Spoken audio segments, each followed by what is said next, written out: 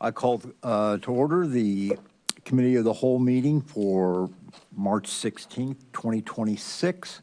Will the clerk please call the roll? Councilmember Wu. Here. Councilmember Evans. Here. Councilmember Hersey. Councilmember Hersey. Councilmember Jones. Here. Councilmember Bishop. Here. Councilmember Wilkin. Here. Councilmember Quisenberry. Here. Mayor Williams. Here. Thank you. All right. We have a quorum. Next up is the approval of minutes for the meeting, City Council meeting, February 23rd, 2026. Are there any substantive changes to the minutes? Chandra Grace, any changes to the minutes? No, thank you. Hearing none, we'll take a voice vote. Would you like a motion? Oh, yeah, we probably should have one of those. Yeah, go ahead. I'll move approval. I'll second. Moved by James, seconded by Mary Alice. Now we'll have a voice vote. All in favor say aye. Aye. All opposed? Aye. All opposed say nay. The ayes have it, and those minutes are approved. Any additions to the agenda? Seeing none, we'll go on to presentations and public input. What's the recommendation? Which was going to be longer, Matt? How long do you think you'll go?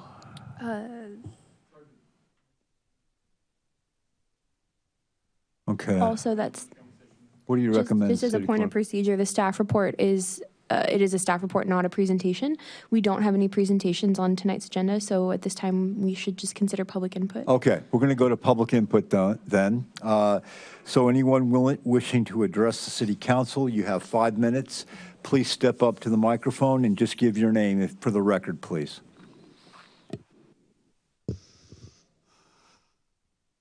Good evening, Mayor and members of City Council. My name is Jessica Yassin. I am a resident of Urbana, and I'm also here tonight on behalf of the CU Muslim Action Committee. I was here last week, and I'll be honest, I was nervous. But I'm back tonight, and I'm a lot stronger because these things need to be said. Last week, a use of force report was read into the record. As I mentioned, Black residents make up roughly 19% of Urbana's population. Yet police force was used on Black people between 78 and 81% of the time. Let that sink in. We are talking about more than 4 times the population share. That means that in 1 year, effectively every single Black person in this community statistically had force used on them by police. That is not a statistic. That is someone's father, someone's child, someone's neighbor, and it's disturbing. We have stated goals in this city around racial equity, goals that this community took seriously in the wake of George Floyd's murder. Urbana buckled down on that promise, and yet here we are. This is not a wealthy city. Our median household income is around $45,000 a year. Nearly 28% of our residents live below the poverty line.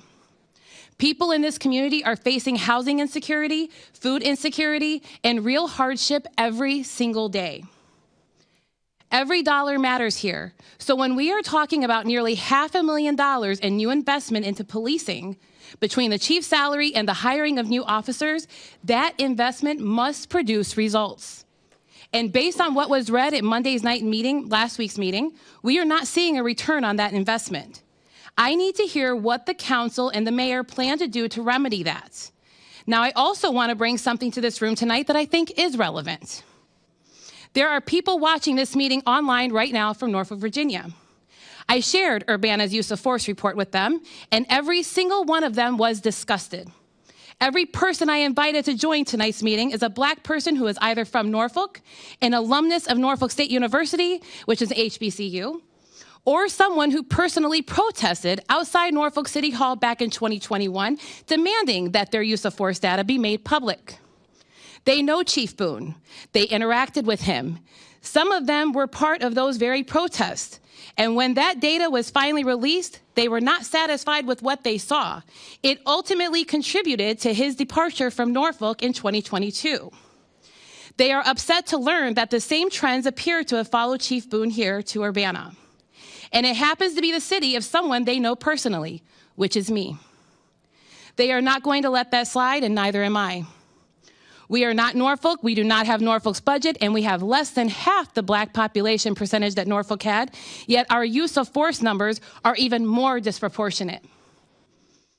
That should alarm every single person in this room. Newsflash, I'm not black, but I refuse to stay silent when I see these numbers. When only 19% of your city is black and they are bearing the weight of over 80% of police force, every member of this community has an obligation to stand up. And that is what Urbana does. I see people of all backgrounds standing up for one another here, and that is one of the things I love most about this city and why I'm proud to call it my home. As a minority myself, I am going to show up for other minorities. Tonight, that means showing up for the black community. And finally, I speak not just as a resident, but again, as a member of the CU Muslim Action Committee. We have one mosque here, and our congregation includes black community members from both Urbana and Champaign. My own sheikh is West African. He falls directly within these demographics. That does not sit well with me. As Muslims, we are called to stand up for justice and to protect our community. A number of the black residents reflected in that 19% are also our brothers and sisters in faith. We do not accept these numbers, we will not accept these numbers, and I am here tonight to make sure this council knows that. We need results, we need a plan, and we need to hear it from you. Thank you for your time.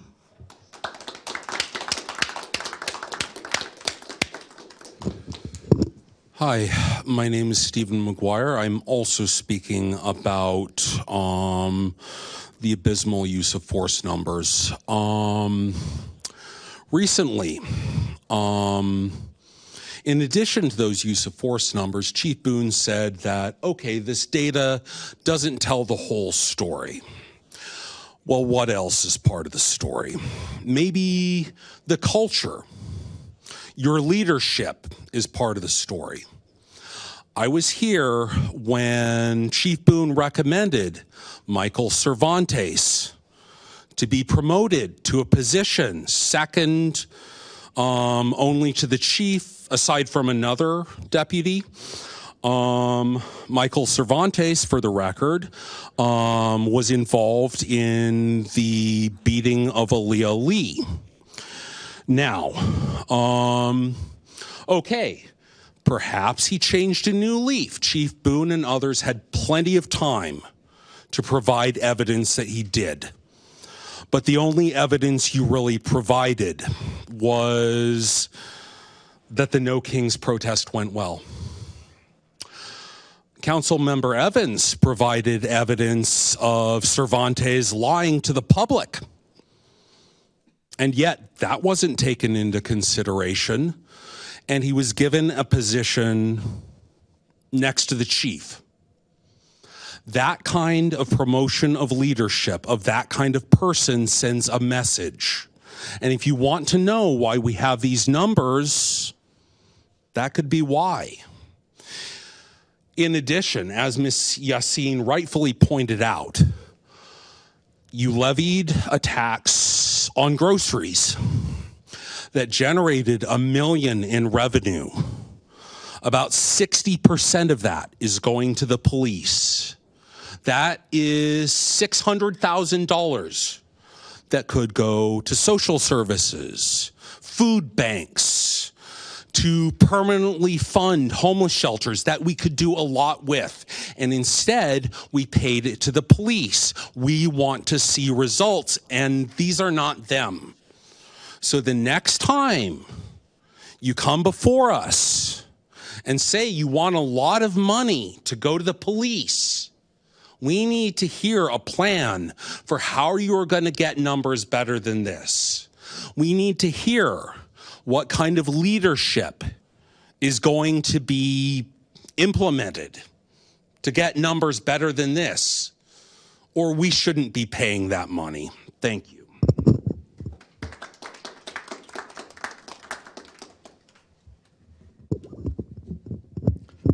Hello, I'm Stuart Levy. I live in Southwest Champaign, but I work in Urbana and often go shopping here, as I just was. Anyhow, I feel like I have a stake in this town as well. And I wanted to say more on on my comments last week with respect to the use of force numbers. So let's see. If you listen to what Chief Boone had to say about crime disparity and economic disparity in Urbana last week, you might think that the main driver, or really the only driver mentioned anyway, of disparities in crime was connected with disparities in economic situation.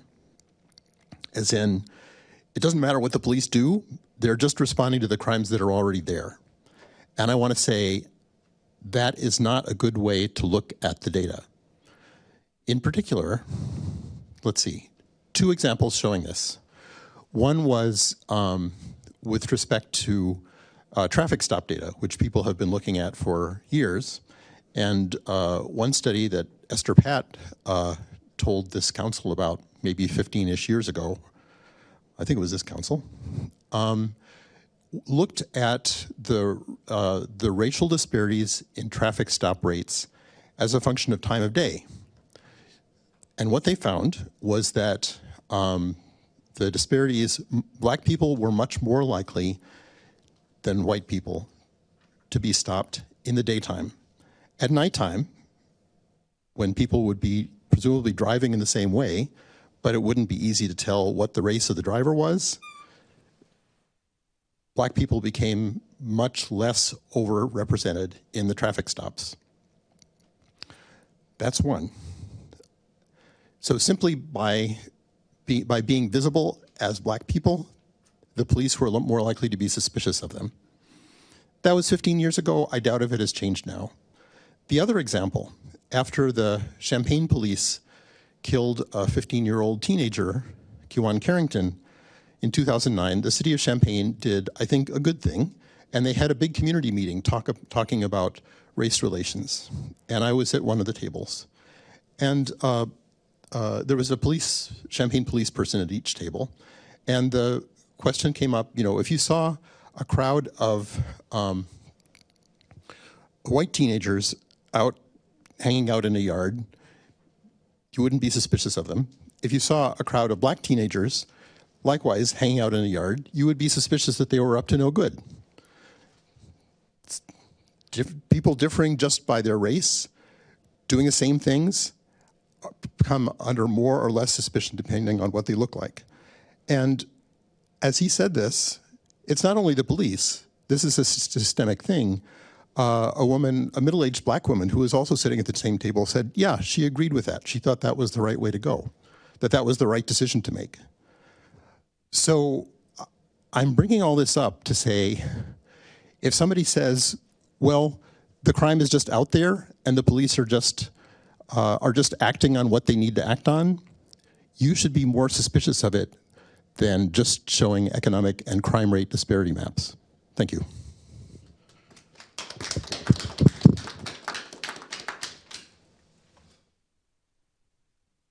My name is Gabriel Dunn. I was born in Urbana. Hopefully you'll be permanently relocating back to Urbana, but and this isn't the only government body that I'm going to be addressing this to. I'll be addressing Champaign and the county. As someone who is now a homeless resident, I do just want to say that I am shocked and appalled at this community. And I'm not saying this specifically, I'm saying this with everyone. It seems that there's more focus on dividing between those of us who are just like slipping through the cracks, who are staying out of trouble, aren't on drugs, Some of us have jobs, and it seems like the priority are for the people who have addiction issues, and they're the ones getting the services. And meanwhile, it's like people like us, we're having to suffer. We're having to do the cow chopping. And I just want to say that I was at the meeting, the community meeting. My Ms. Chenoweth, and it's a lofty goal of ending homelessness in this area in the next 2 years. My whole thing is like, okay, it's lofty goals, but how are we going to do it? As soon as it's going to be equitable? Is there going to be like this like pecking order of like who's more worthy of the services and who isn't? Because it seems like there is. I literally was told and turned away from getting services by a mid-barrier shelter in this community because I'm not considered at risk enough. Like, something needs to be done because too many of us are on the streets who are hardworking and we're not getting anything. And the second we get an income, all of our assistance gets taken away.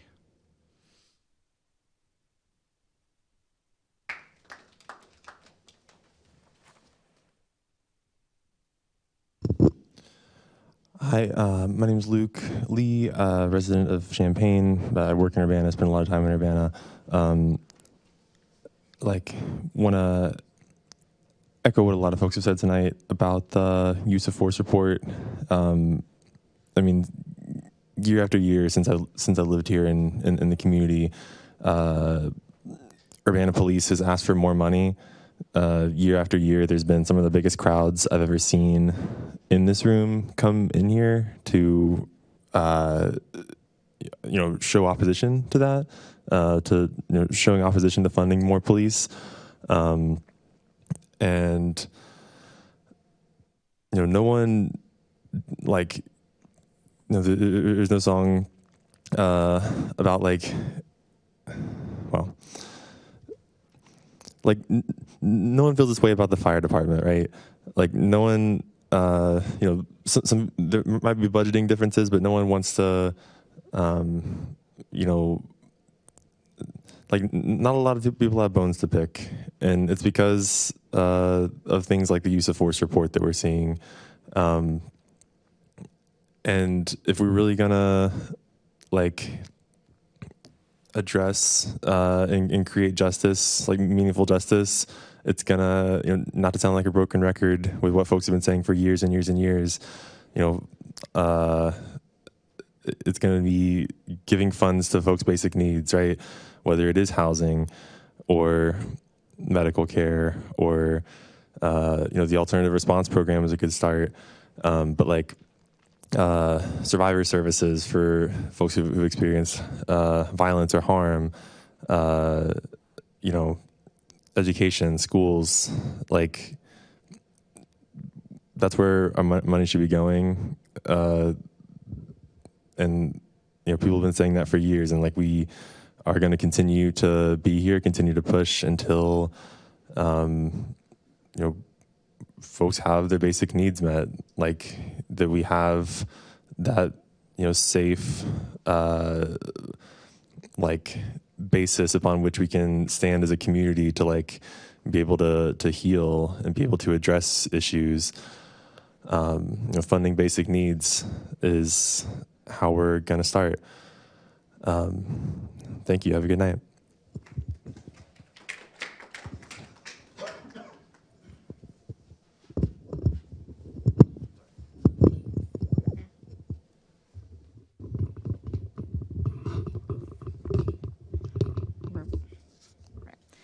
Good evening, City Council and Mayor Williams. Last week, I came and I spoke on my own behalf in favor of the surveillance ordinance that's been under consideration for over a year. I spoke in favor of the original version before it had been watered down by some of the members of this council trying to carve out some specific details. And I still speak in favor of that. I'm here again today for that. My expertise on this topic comes from the research that I do, which is in the area of cybersecurity and privacy. I've published on topics related to surveillance and the carceral system, and transparency is the most important thing that we can do. It's great. This ordinance is not even anti-surveillance, although that would also be very reasonable and on the side of justice, but it is in favor of transparency, and that's super important. So I wanted to speak on that again. I actually assign students in my class, I teach a class called Cyber Dystopia, where students learn about how technology is sometimes not universally good, that it sometimes causes harm. And I assign them to watch pieces of one of the early meetings on this ordinance as an example of people in a community speaking in favor of justice, speaking in favor of transparency, and against cyber dystopian uses of technology. I hope that with time, I'll be able to assign them a follow-up to that, where that ordinance is successful in this town. That would be very exciting. Tonight, I come to share the same message on my own behalf again, but also to speak on behalf of and with the approval of the Center for Just Infrastructures at the University of Illinois. So the goal of the Center for Just Infrastructures is to advance research, education, and community engagement around equity in everyday systems infrastructures. In our research, teaching, and engagement, we study, critique, and create new infrastructure approaches, systems, and algorithm processes around the diverse and regional needs and challenges facing society. So this center, the folks in it agreed that it made sense for us to speak in favor of this ordinance and in favor of the original version. Since spring break is upon us, that is sort of all we were able to come to a consensus about for this week, but I'm really looking forward to having more meetings with them, being able to come to this body again with additional insights from that group, and to have more of them come when they're not off doing great things to renew themselves over spring break, and to offer further conversation outside of this one-sided, one-directional conversation on what folks in that group might know to contribute and help support that ordinance. Thanks so much.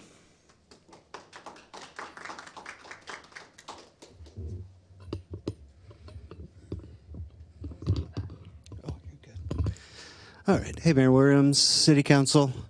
Derek Briles. I live in Urbana Ward 4.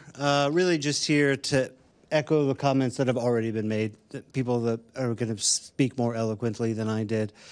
That I share the horror, I share the outrage in the use of force data. It's truly horrific. It is inexcusable, and it is something that has to be addressed. And I think all these things are part of the same core fundamental issue here, and that's how we prioritize the services the city provides and how we spend the money on those services.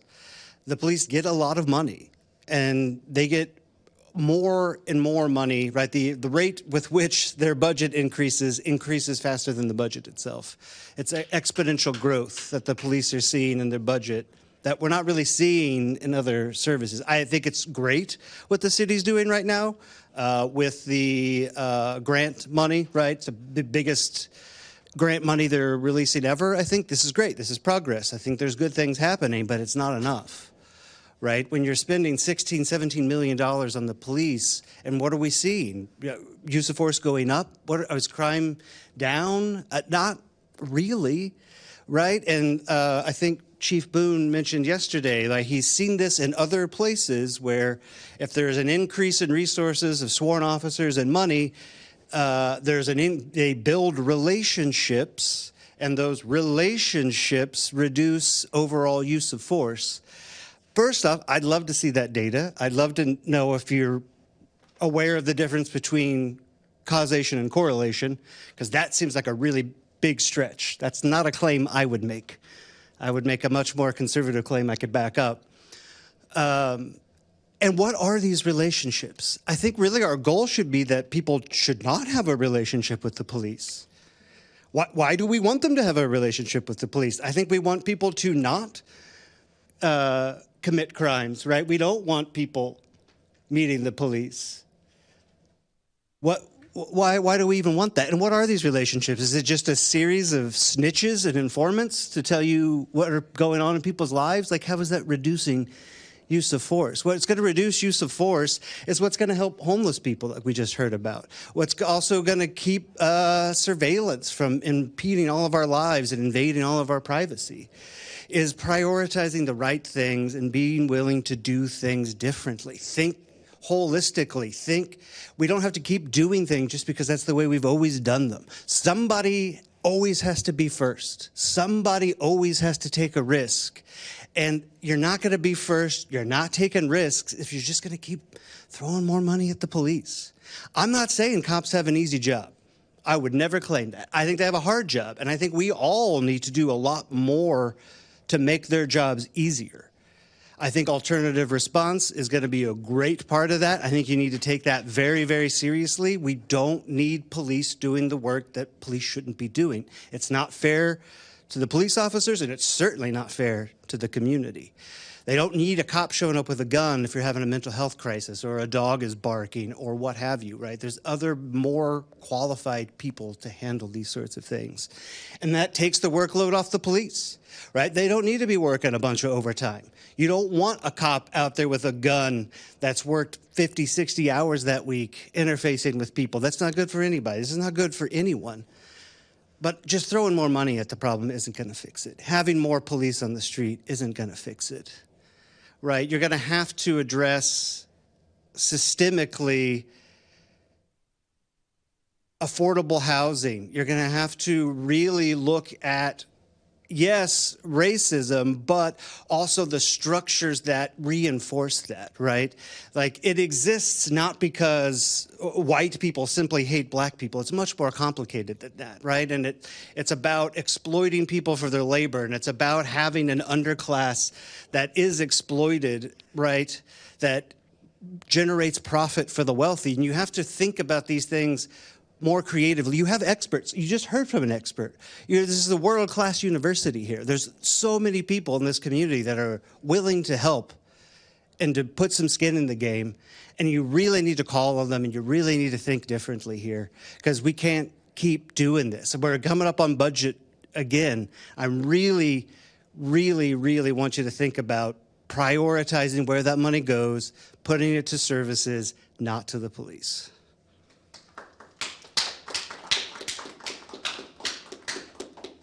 Anybody else have any public input they want to give?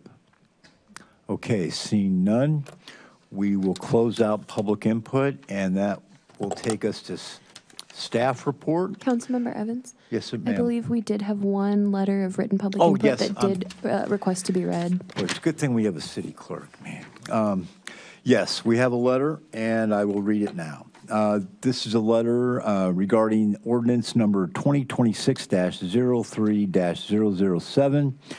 Number one, please read my email of February 21st, 2026. Number two, please read materials provided at the March 9th, 2026 Committee of the Whole meeting.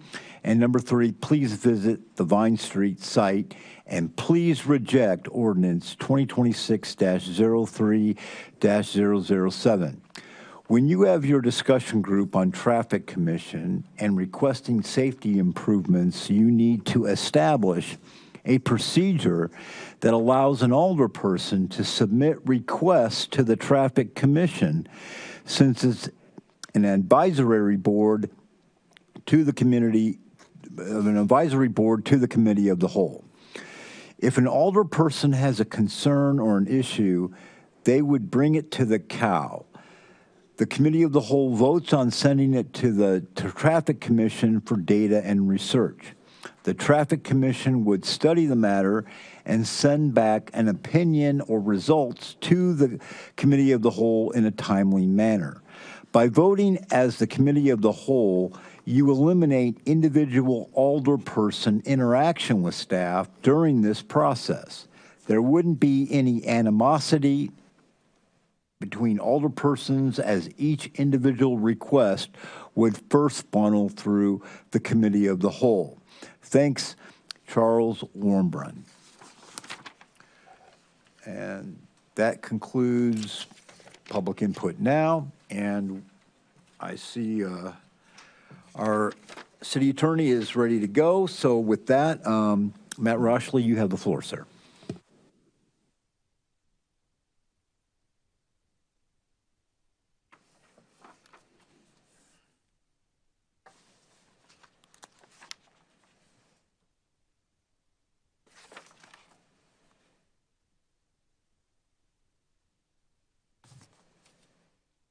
Thank you, Councilmember Evans. Good evening, Mayor and Council.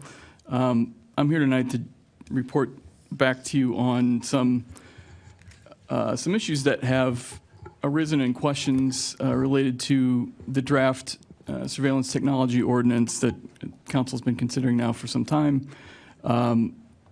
Legal questions in nature and some requests to revamp some language. And so I'm going to do my best to walk us through in as orderly a fashion as possible these issues and questions one by one. You should each have an outline document that lists each of the questions in the order that I'll go through them, a draft of the surveillance ordinance itself, which I've titled the discussion draft. It's not the official document that's in front of council right now on the agenda. It is proposed revisions from the city attorney related to some of the questions that I've received since the last time council discussed this, and it's designed to generate discussion tonight and also to lead to potentially an updated draft that would be on a future agenda. And then the third document is, it says proposed new section 7 at the top, and it's a standalone of section 7 of the draft ordinance that relates to destruction and retention of improperly collected data. And so this is also just for the purpose of discussion, but because it's quite lengthy, I wanted to kind of set it aside. And if our discussion runs over tonight, this may be the thing that falls victim to getting pushed over to a future discussion. So, question from Councilmember Wu. Go ahead. So we have 3 documents in front of us, and 2 of them, one says draft version 8, and one says V 8.1. So what you just discussed having the differences, but the titles were not the same. I was wondering if you could help me figure out which one went to what. I don't have a draft version 8 document in front of me. The one I have just says version 8.1. I think actually the version 8 is what's officially on the agenda. So scratch that. That's the version that has been on the council agenda each time. Is that incorrect? No, because we've had version 7.2, I believe, is the last version that came before council formally. Grace, can you clarify? Yes, I would be happy to. You are correct. 7.2, I believe, was the last one publicly discussed. New version 8 has some minor changes that was shared with the city attorney, so it was kind of building off that. In this 8.1 from the city attorney, you can see, at least in my computer, it shows up in red, the things that were changed to version 8. So between 7.2 and 8, so in red are my changes on version 8. And I believe in blue are the city attorney's additional changes for 8.1. Okay. I think their copies are in black and white, but I can highlight those for you as we walk through if they're Councilmember Wilkins changes or what we're discussing tonight. So with that, do we have any other questions before we get started? Okay. You okay, Marielle? Yeah, I'm totally fine.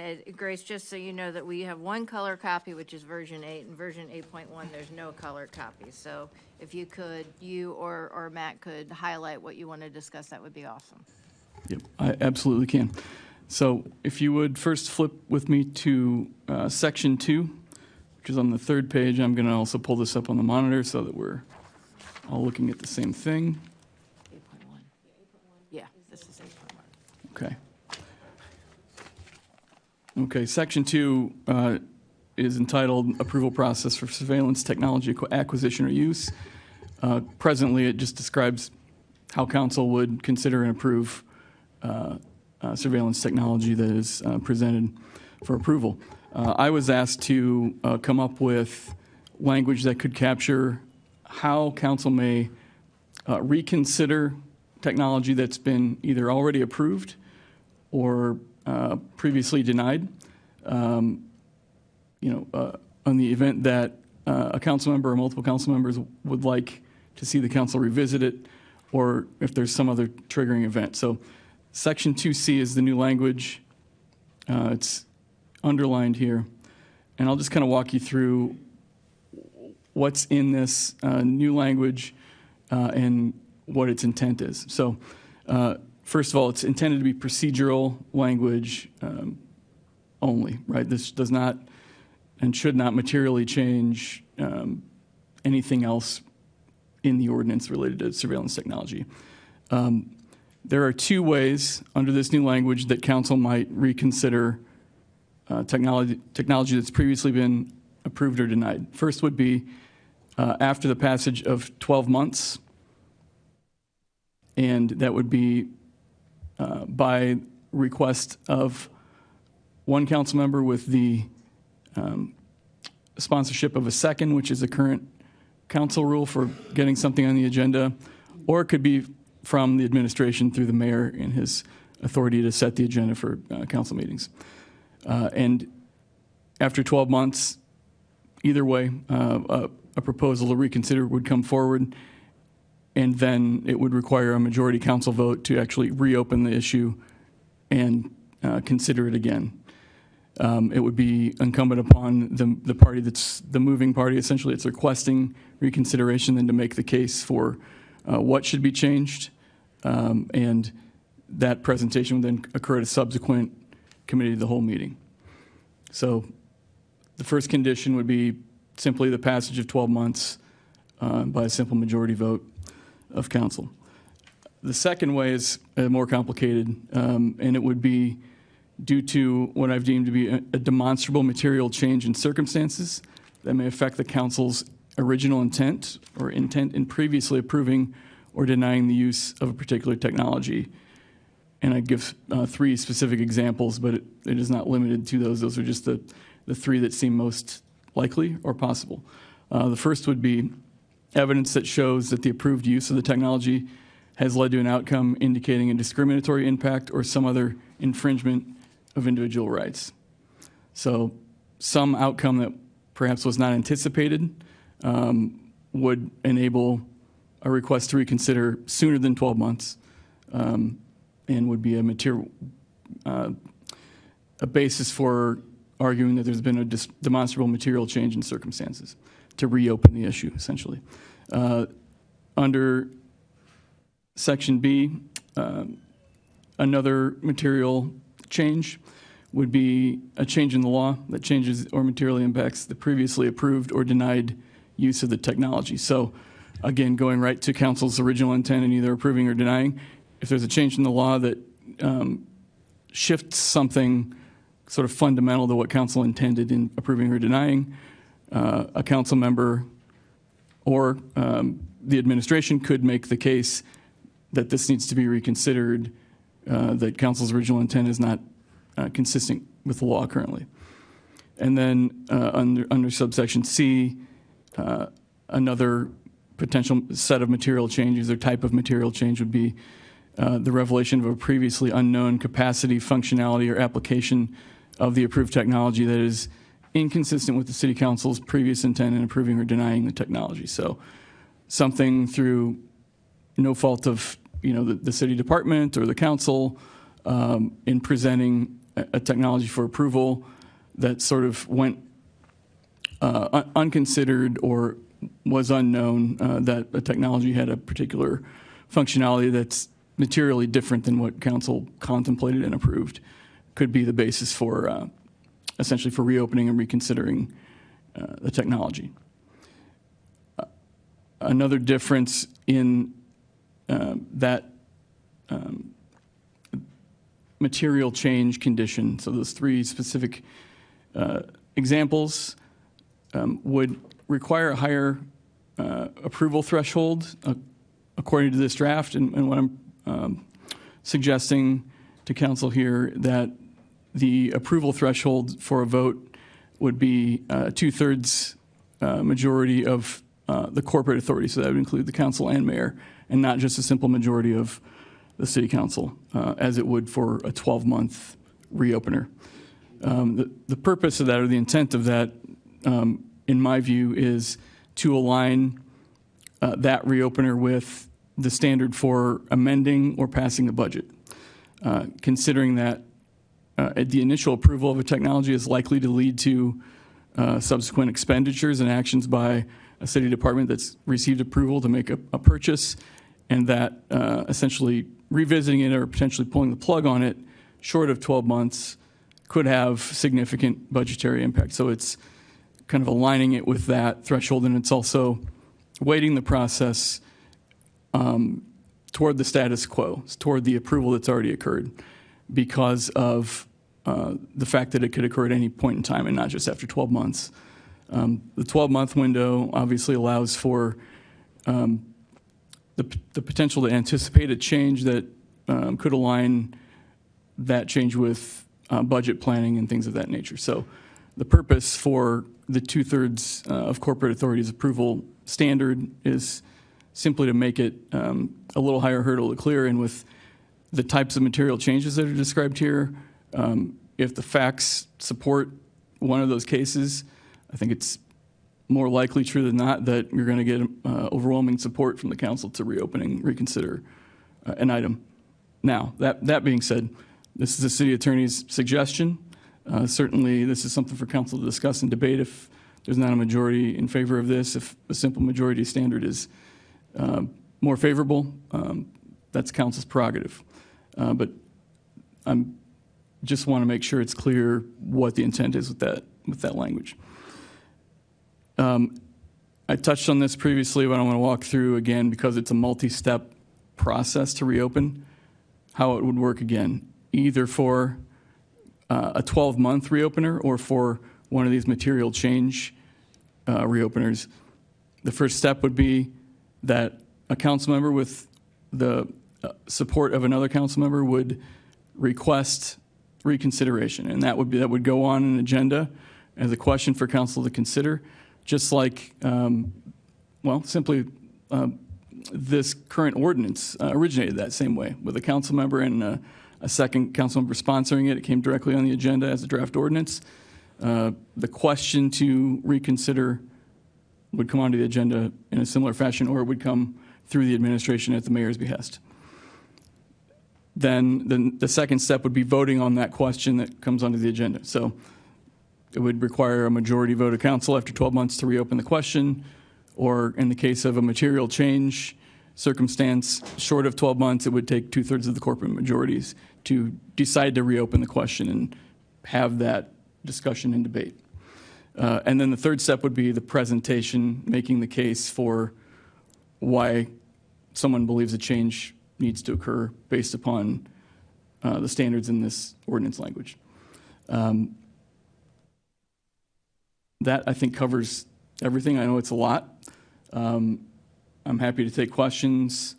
I know there may be questions, later on as well, but I wanted to do as thorough a job as I could explain this because there's a lot of moving parts to it.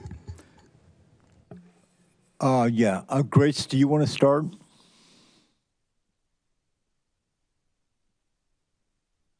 And you're still going through the other items, right? This is just questions for section 2. That's right. I should have clarified. This is just for this section. I thought just based upon the amount of information here, it would be helpful to do one issue at a time.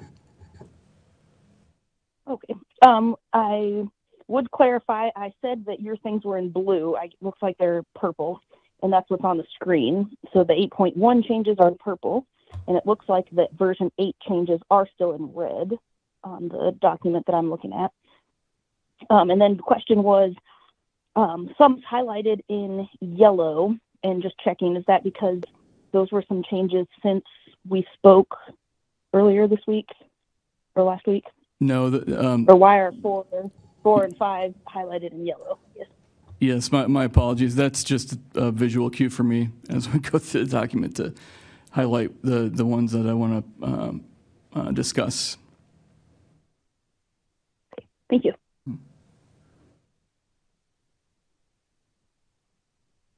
Anything else, Grace? Okay, go ahead, Mary Alice.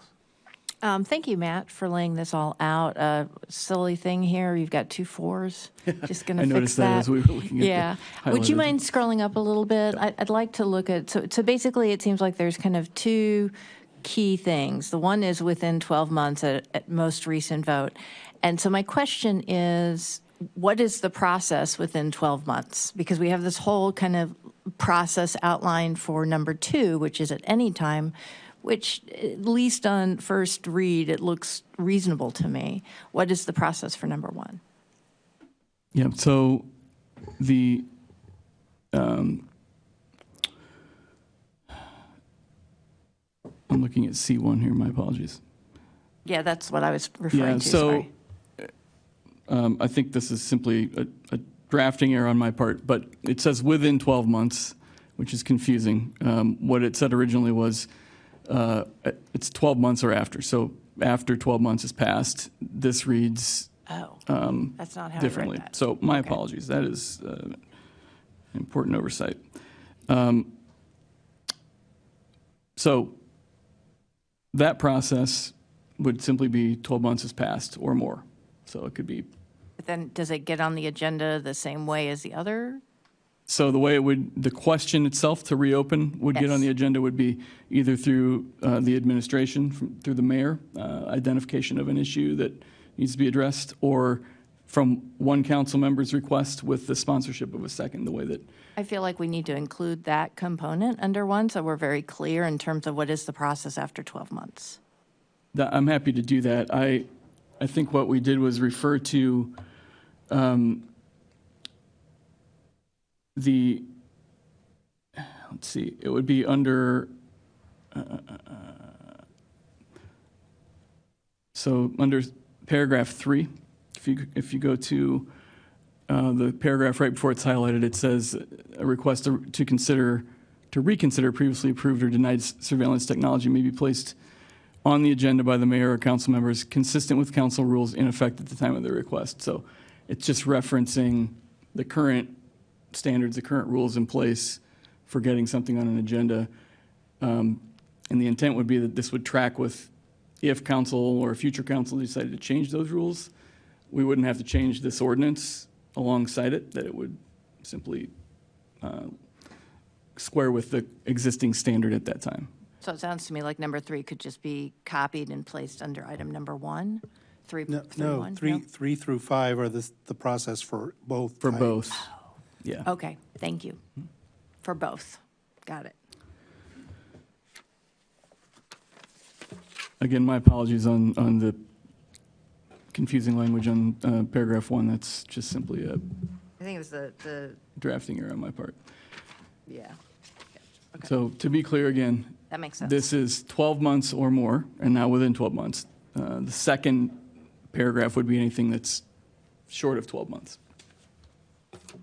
So. Got it. Anybody else with questions about this particular section? Matt, I have a quick question. So would the burden of making the argument for reconsideration be on those that are putting it on the agenda? That's correct. Mayor or the 2 council members, right? Okay. So I would just, if I could, just a quick example that I could think of, right? For the change in law example, I would likely be the person first aware of a change that might shift something, and I might go to the mayor and say, I think we need to discuss this with council. I think this warrants a possible reopener discussion. I would make a short case to the council, probably in an agenda document of some sort, and then there would be likely a short substantive discussion when council votes on whether or not they want to reopen it based upon the information we have, but then the full presentation of why we should reconsider this and what changes and what's being recommended would then come at the next committee of the whole meeting, if that makes sense. Yeah, that makes sense. And I guess the evidence is being collected, however that is done, I guess like the evidence of the effects of the technology, for instance, and the discriminatory nature, that's going to require some sort of statistical analysis. I mean, I don't know exactly how council members would get access to that information to begin with, but I guess we'll cross that bridge when we come to it. But yeah, admittedly, how this would play out in certain Yeah. circumstances, this is my best attempt to yeah, think of scenarios that might Right. make sense here. So Yeah. Okay. That's all I got. Go ahead into your next section. okay, we'll move on to what will be section 5B, and this relates to language that was in the previous draft. I'll make sure I get to it here before we start getting into it. Here's 5. Okay, 5B. In the previous draft, there was a section at the end of subparagraph B, that talked about the city, among the other copies of any contracts or agreements for the purchase, acquisition, or use of any new surveillance technology, the city would provide any non-disclosure agreements that were either proposed or that had been entered into. And this change here in particular is intended to clarify first that that's simply something that the city can't do and will not do. So under the vast majority of circumstances, non-disclosure agreements are a non-starter because of FOIA and transparency in general. And so this is a statement saying the city is going to follow its obligations under FOIA and its current practices, and that it won't enter into a non-disclosure agreement or contractual confidentiality provision with any surveillance technology vendor or third party provider that limits or purports to limit the disclosure of records or information subject to FOIA.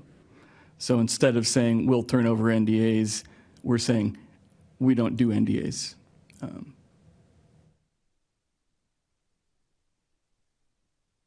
Okay, any questions on that one? Grace, any questions? No, thank you. Chandra?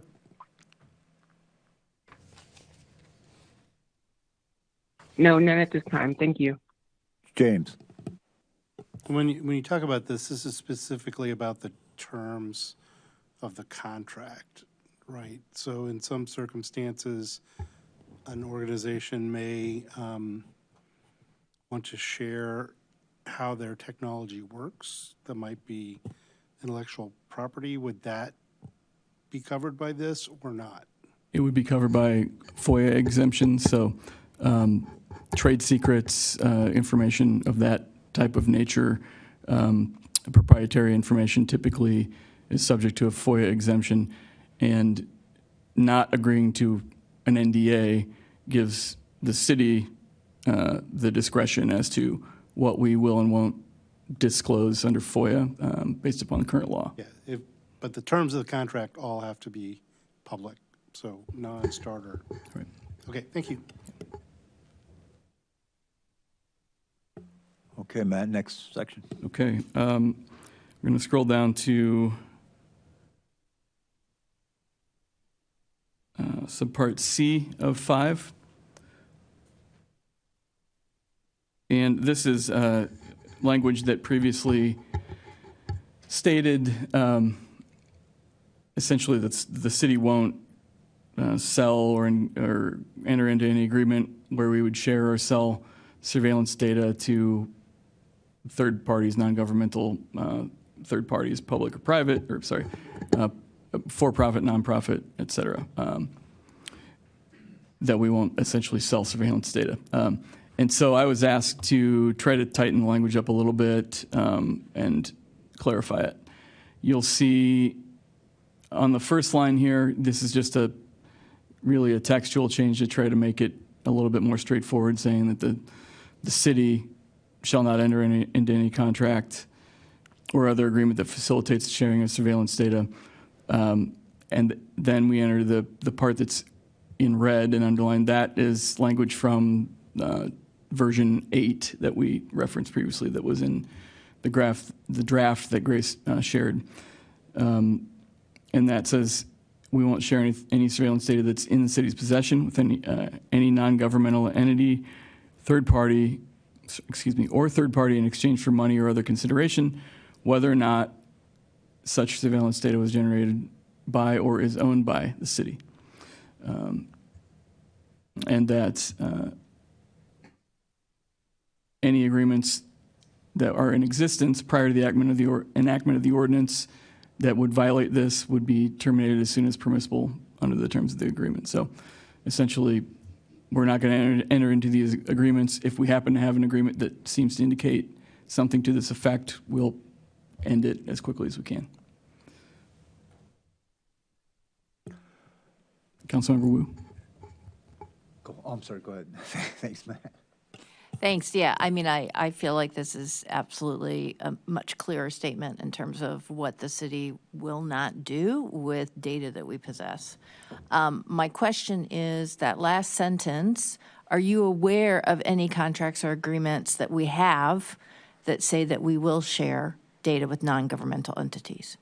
No. Okay, thank you.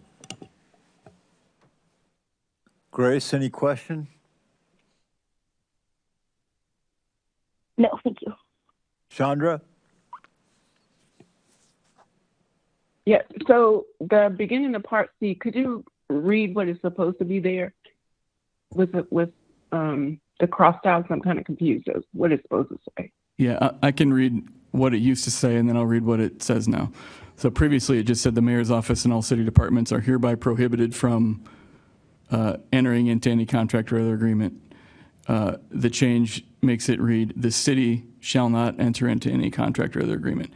So the previous language makes it sound like essentially the city council is the legislative body regulating or sort of putting this onus on the mayor's office and city departments when in fact this is going to involve agreements that some of which may have been signed by the city council or would be before the city council for approval. So just simply saying the city to include both the executive and legislative branches would be appropriate here. Okay, thank you. So Matt, I have a question.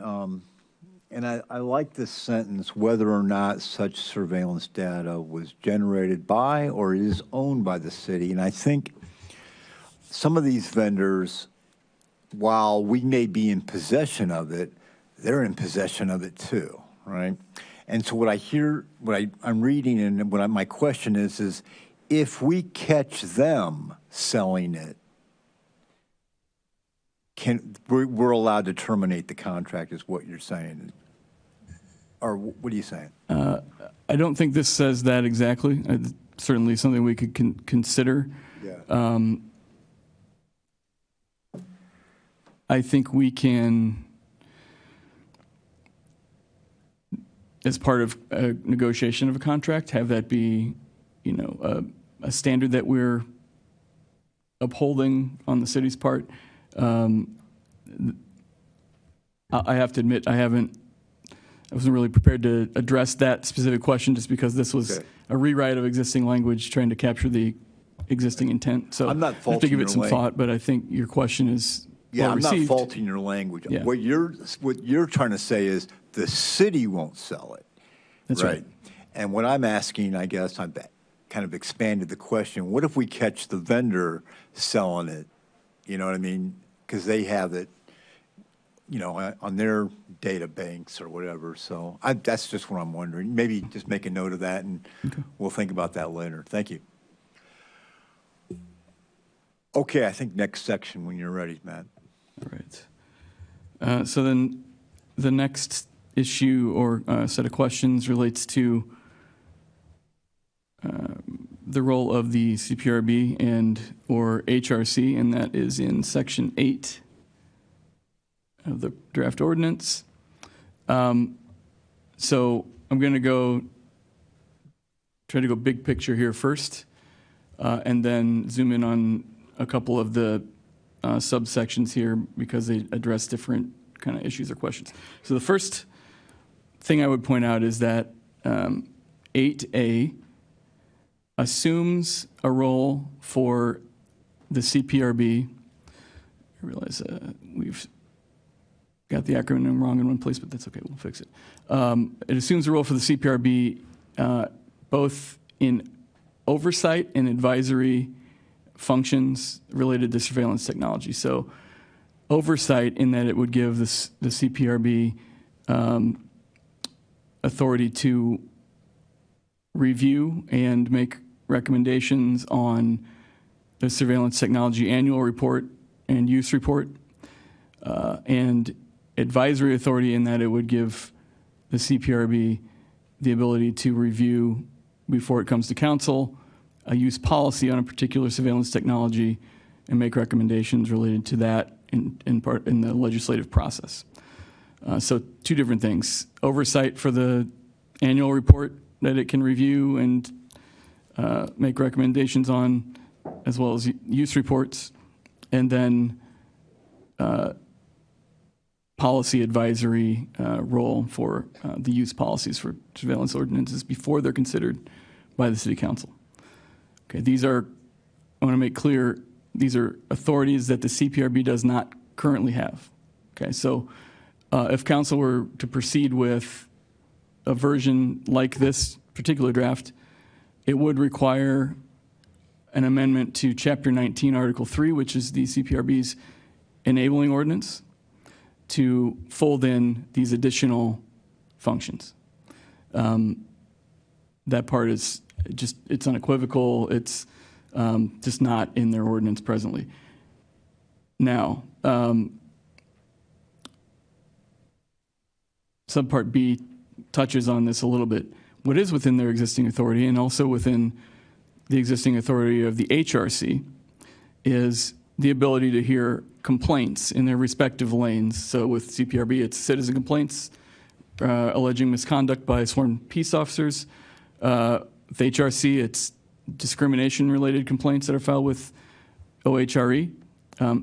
If either of those types of complaints involve the use of surveillance technology, then either of those boards or commissions would have some authority to review matters involving surveillance technology.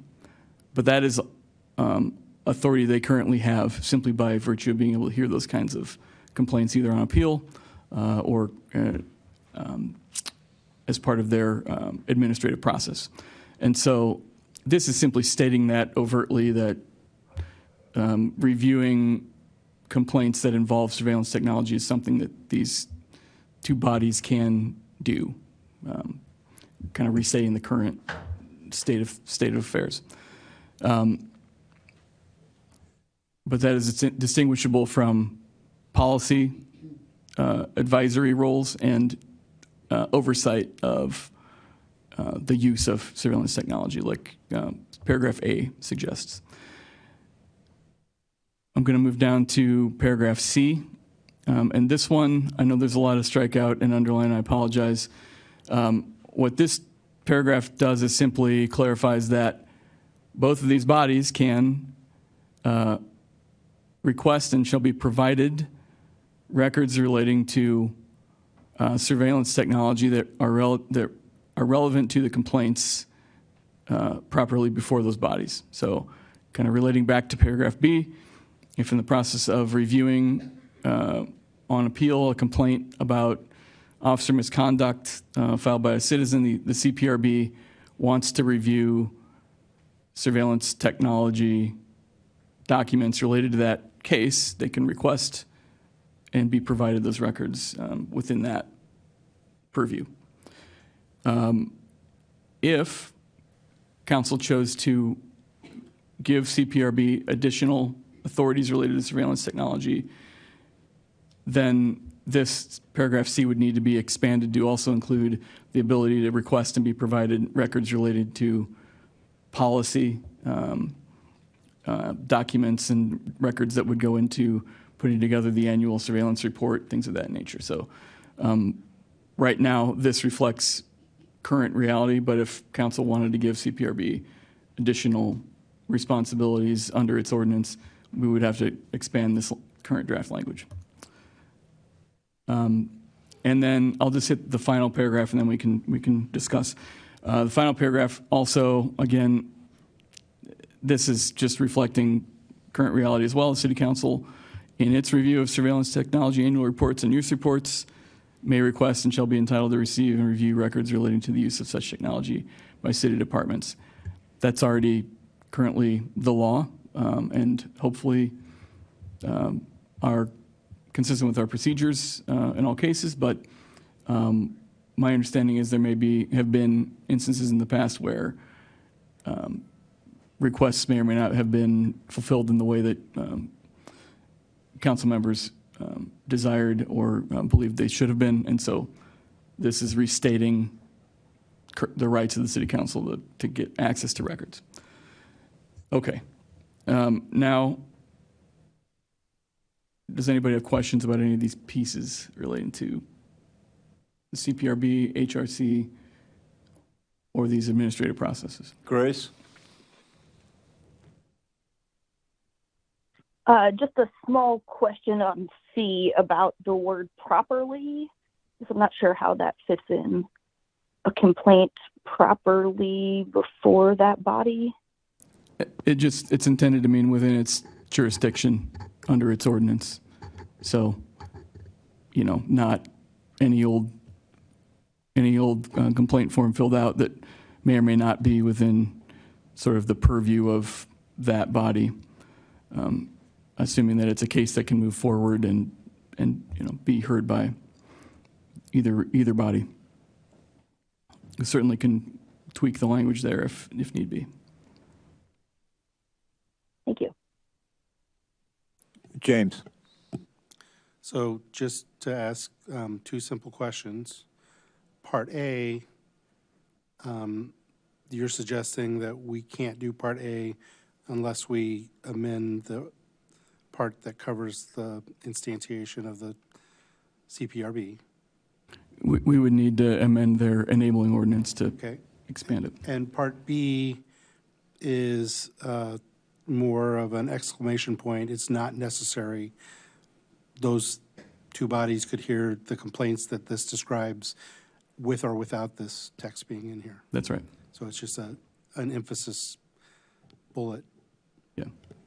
I would say B, C, and D are all that. They're sort of restating the existing rights or, authorities of those boards with request to hearing complaints or requesting related records, and city council the same. Just sort of. But there's no reason you can't contextualize things like this in an ordinance like this to help people understand what people were thinking when they did it. Right? Absolutely, yeah. I think Unlike that's our the state purpose. legislation. Exactly. Right? Okay, thank you. Chandra, did you have any questions? No, I did not. Thanks. Okay. Okay, man, I guess the next section. All right. So we're at if you're following along on the outline, it'll be on item 5 at the bottom of toward the bottom of the outline and entitled definitions. So we'll scroll down to the definitions portion of our program. A lot of scrolling, apologize.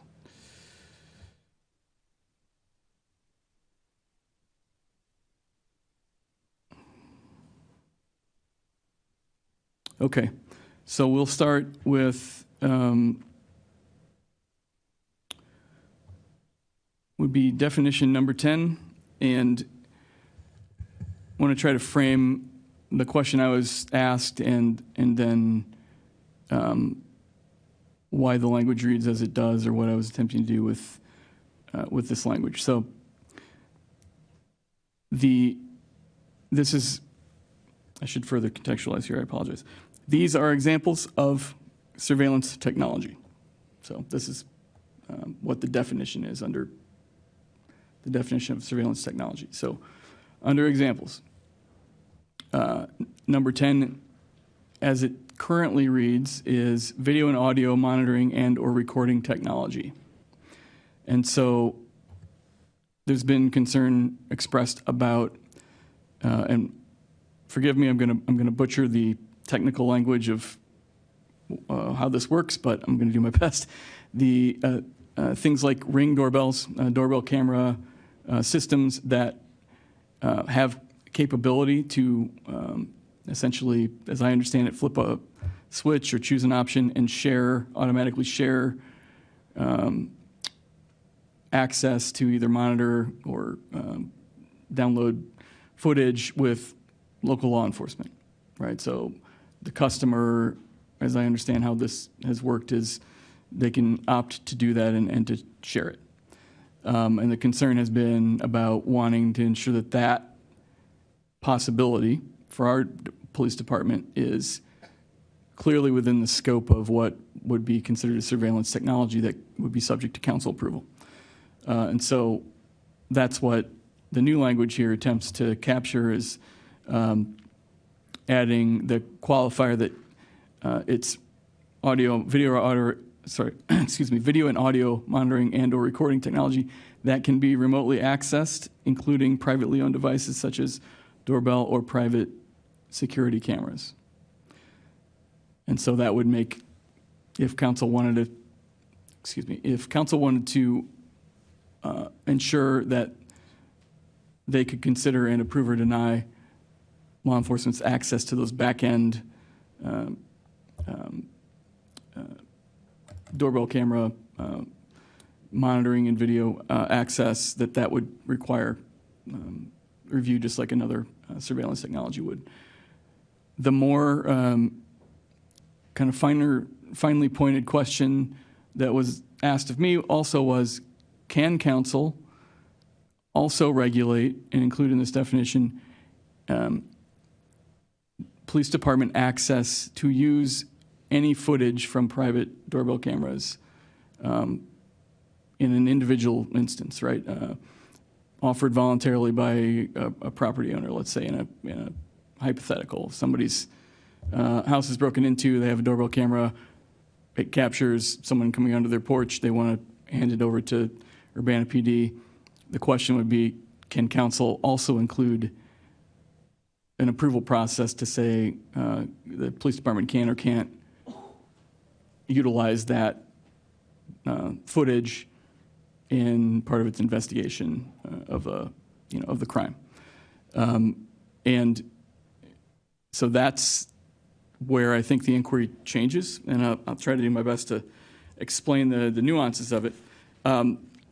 So generally speaking, it's within the City Council's authority to regulate its own police department's enforcement and investigative practices. Internal practices like the use of surveillance technology.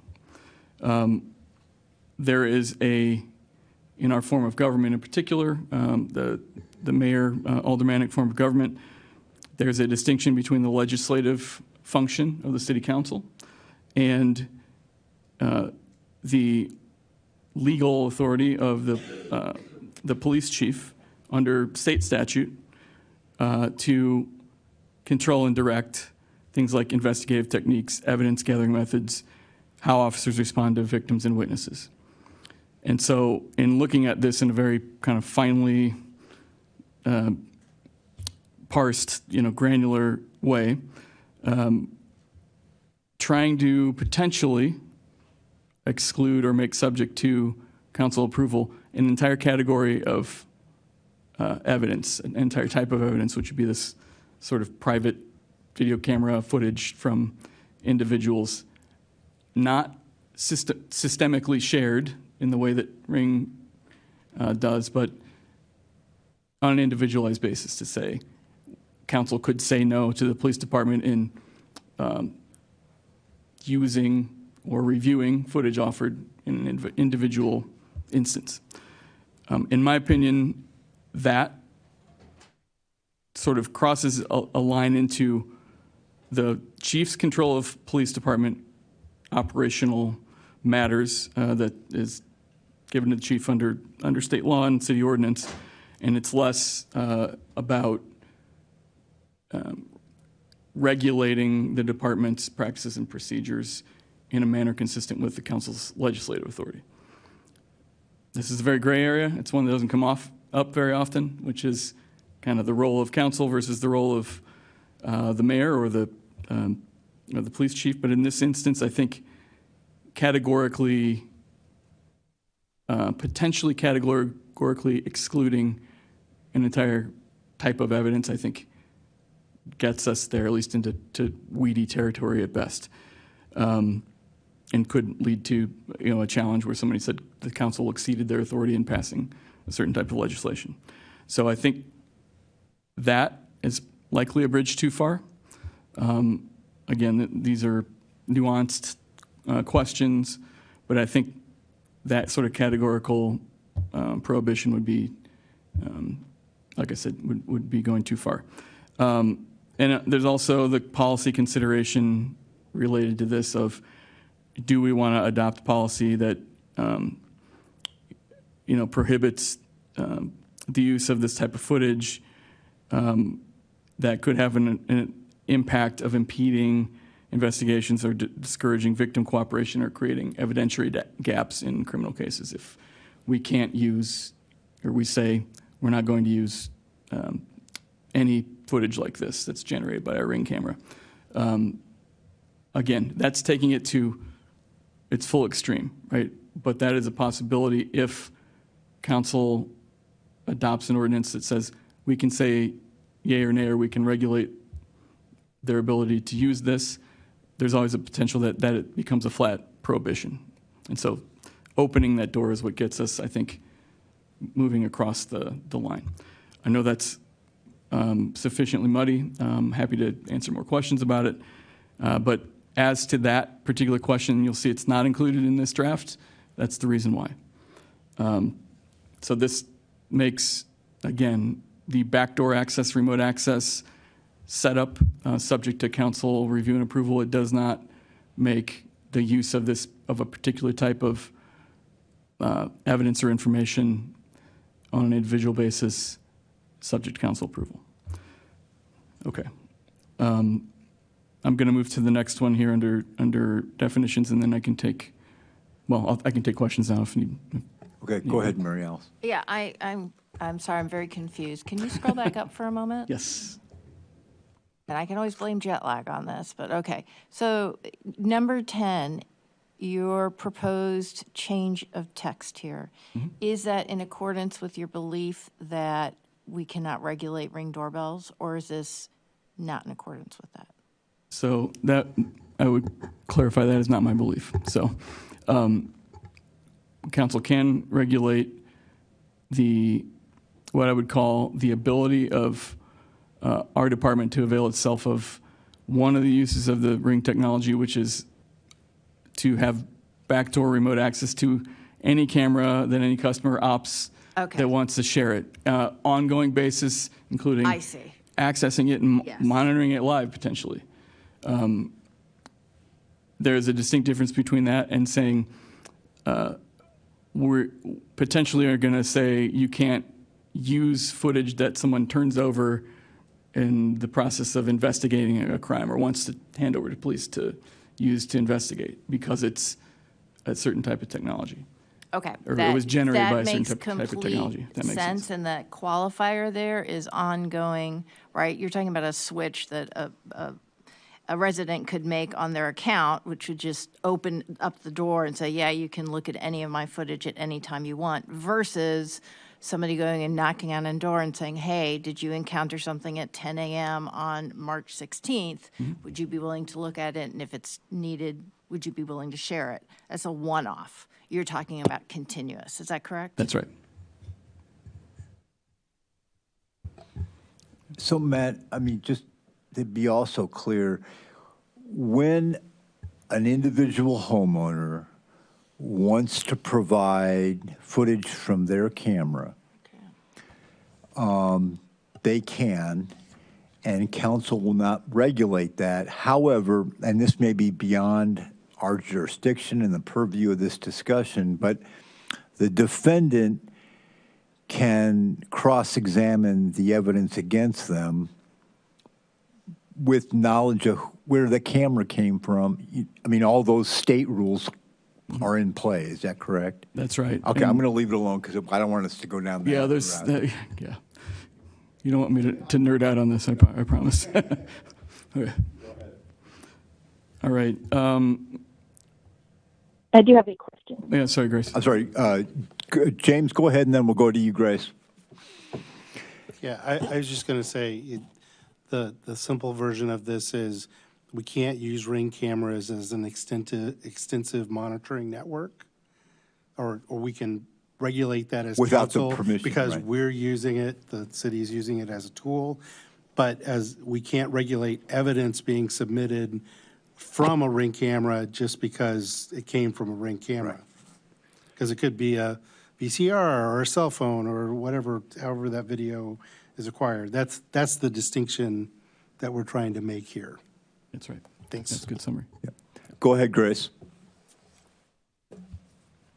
Thank you. And I just wanted to clarify again, Matt, please say if this is what you're saying or not, but that you're saying it is within the purview to regulate by policy how the city uses and accesses remote cameras, even private doorbell or other security cameras, that is okay to regulate with a policy.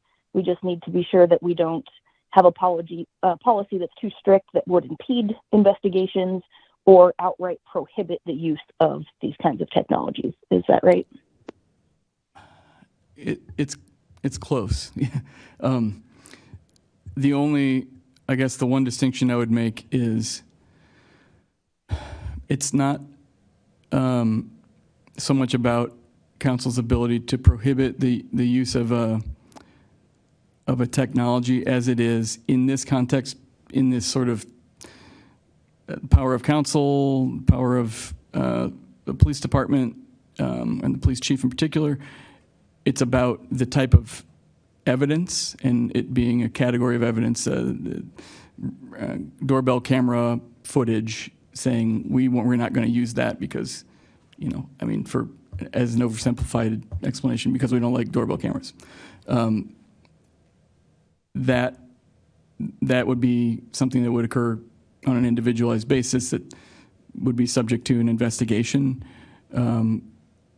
and in a particular crime or alleged crime, whereas the back end remote access, sort of systemic access, is pretty classic surveillance technology in my view. And so then you're okay, passes your legal standard definition 10 as it is there in the track changes. Is that correct? That's right. I think that keeps us on the right side of the law. Thank you. Chandra, did you have anything? No. Okay. Go ahead, Matt. All right.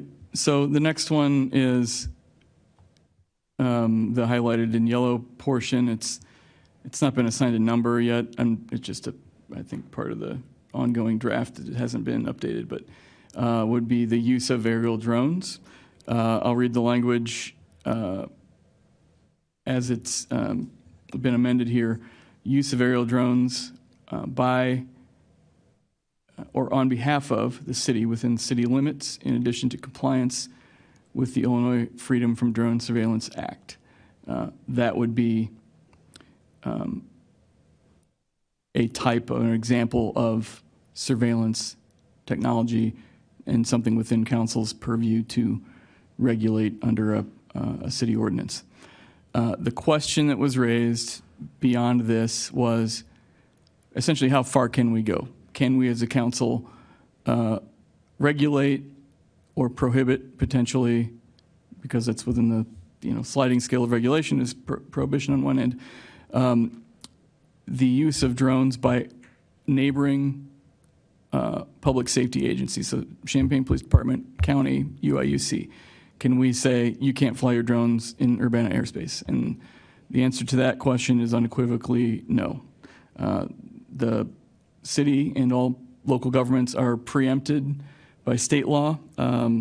It's the, let me get the title correct, but Illinois Aeronautics Act expressly preempts local authority for the regulation of aerial drones in their own individual airspaces. And the purpose of that was to avoid a patchwork system of regulations throughout the state and that was back in 2018. I think that was passed. So it's been the law for a while. So we can regulate our own city departments' use of drones, and to the extent that we might have an arrangement or an agreement with another agency, their use of drones on our behalf or at our behest, but not their independent use of drones. If it happened to be a chase or a search that transferred from one jurisdiction to another, that we couldn't say, oh, you have to stop here, you have to bring your drone down. So that's the distinction. It's internal regulation versus regulating the sky, which is the no-no. Verdell. I just want to get clarification. So you're saying that, okay, no city, no county can use the drones or use our airspace with drones without our consent. Is that also federal? If there's a DEA, FBI, or whatever. What I'm saying is they can. They can. Okay. That's what you're saying. We cannot. So yeah, I apologize if I was confusing in how I worded it, but we cannot, as we, the City Council, City of Urbana, cannot regulate our airspace and the use of drones by other local governments, private residents, essentially any entity, because that's the domain of the state of Illinois under the Aeronautics Act, and to a lesser extent, the federal government as well. That's their regulatory domain and not ours. Okay, thank you. Yeah. Grace? No question for me. Thank you. Chandra? No, I'm good. Okay. I had one. So can we regulate our departments using other departments' drones? Yes. And you already said yes to that. Okay.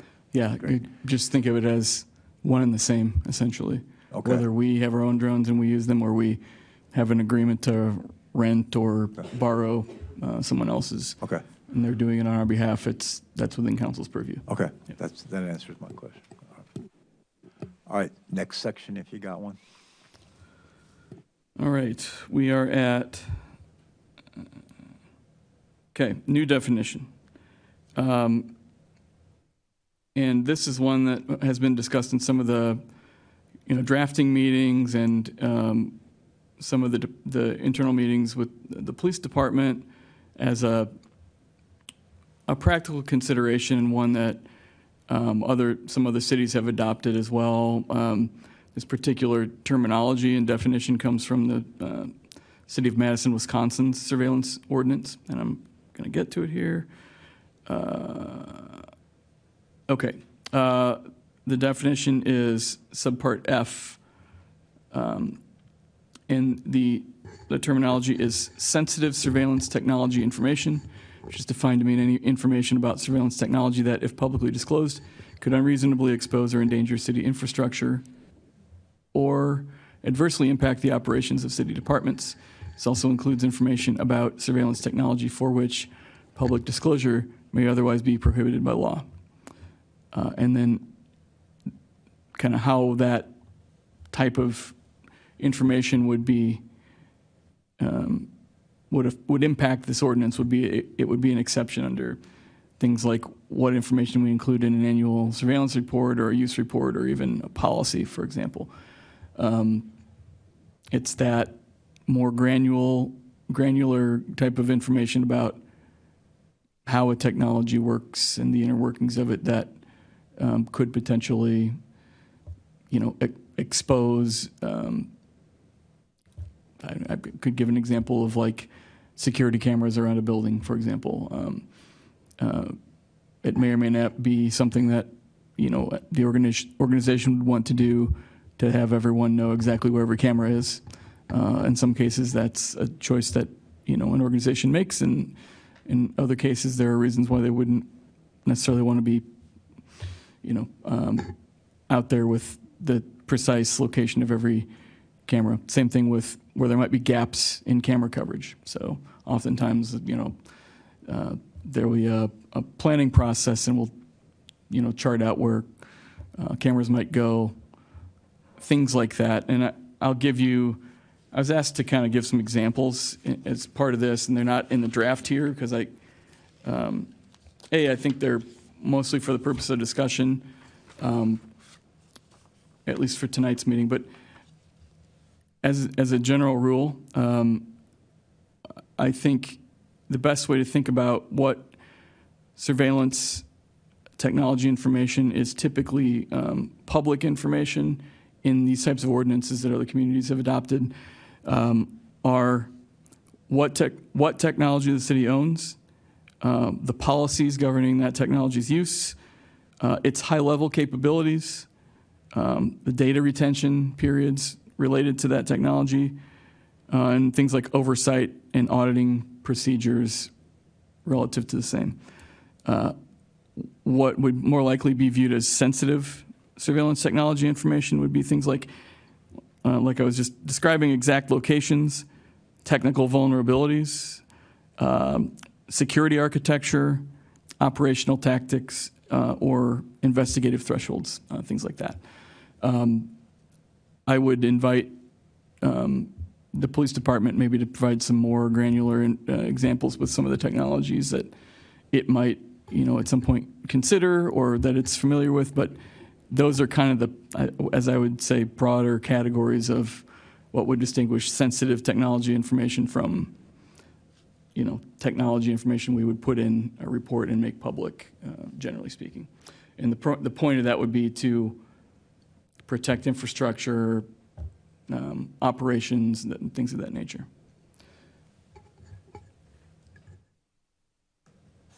Questions? Grace? I appreciate some of the examples. I didn't follow all of them, so if we could have some follow-up would be helpful. And then I'm still curious who determines what classifies as sensitive surveillance technology information, because it seems very broad and seems like we could just say, oh, that's sensitive information, so we're not going to disclose it, and kind of circumvent the entire rest of the ordinance. So I want to be sure that if this is something that is there, that it's very clear, it's very specific, and it's very clear who makes that determination. And then also, would council still have the right to access that information under some of the previous points here in the ordinance?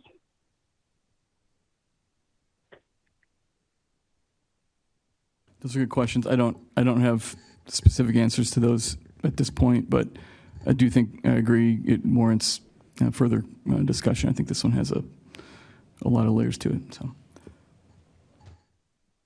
totally understandable. Thank you. Chandra, any questions? No. Thank you.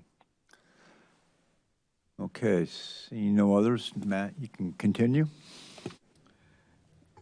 I think in light of, just looking at the time, and in light of how much we've gone through, as well as the fact that I know that there's at least one item here that we're going to be following up on and having more discussion around, I think I'm going to save the last issue, that the document that says proposed new section 7, and save that for a future discussion instead of trying to get into it here tonight, if that's okay with the council. Okay. I think so. I guess then you are dismissed, sir. Free to go. Okay, so that takes us to old business, and that begins with ordinance number 2026-03-007, an ordinance amending Schedule J of Section 23-183 of the Urbana Local Traffic Code, prohibiting parking at all times on certain streets, namely Vine Street from Holmes Street to Florida Avenue. And Justin, you have the floor, sir, when you're ready.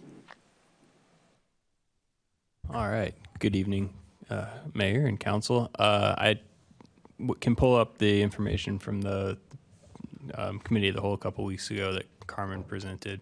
I'm really just here tonight to answer any questions about the ordinance that's was taken back to committee of the whole.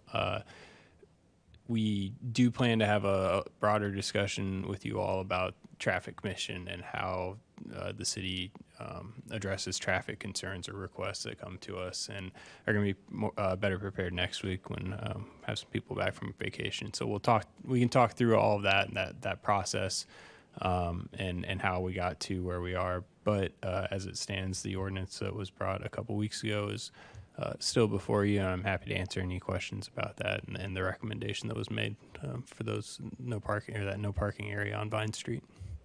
Okay, any questions? James. I think it was Grace who requested that this come back to committee of the whole. Okay, Grace, did you want to? Do you have a question? Grace, did you want to ask questions? Yes. Okay. Yes, I have a question, and then I'm also happy to make a motion. My question is regarding the west side of Vine Street between Holmes and Pell. And I don't know if, Justin, do you have the map and the packet stuff handy to just put up on the screen so we're all looking at the same thing? Yeah, can you my question, see this?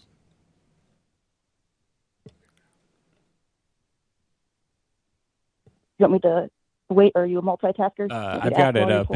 I've got it up on the screen. Okay. Okay. Sorry, I'm on the annoying delay on the remote thing, so I don't see it yet, but I trust you.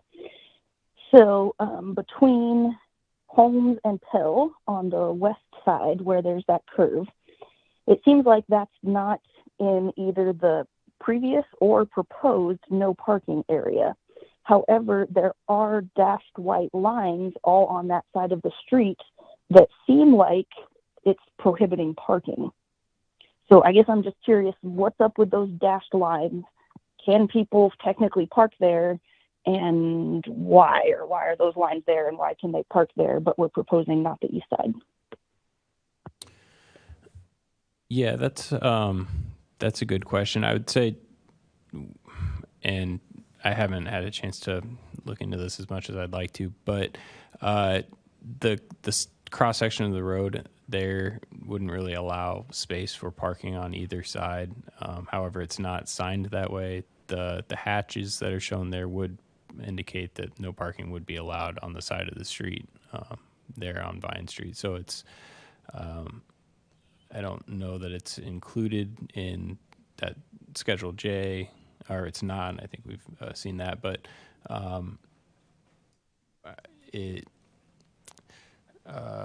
I think it's been identified probably for the similar reasons to the other side as an area where parking should be prohibited. Okay, but you don't see any problem with just extending that here and just make it official? It just seems weird that we have these lines that indicate no parking when there's nothing that actually says you can't park there. Like, do you have any issue with extending the no parking on both sides of Vine to Pell Court or Circle?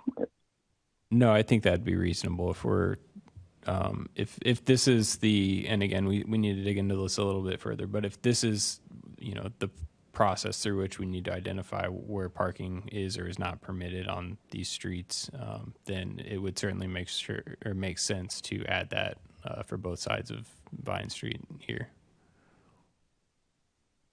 Thank you. And again, I'm happy to make a motion, but also let the chair see if there's other questions or other motion makers. Any other questions? Grace, you're free to make a motion. Okay. Thank you. I would move this item to City Council, resolution number 2026-03-007, in its original form that includes no parking extended to Pell Court on the east side. So the original recommendation by staff. And amend, and sorry, Darcy, let me know if I need to make this amendment, separate, sorry, and amend to add no parking also on the west side of Vine to Pell Circle.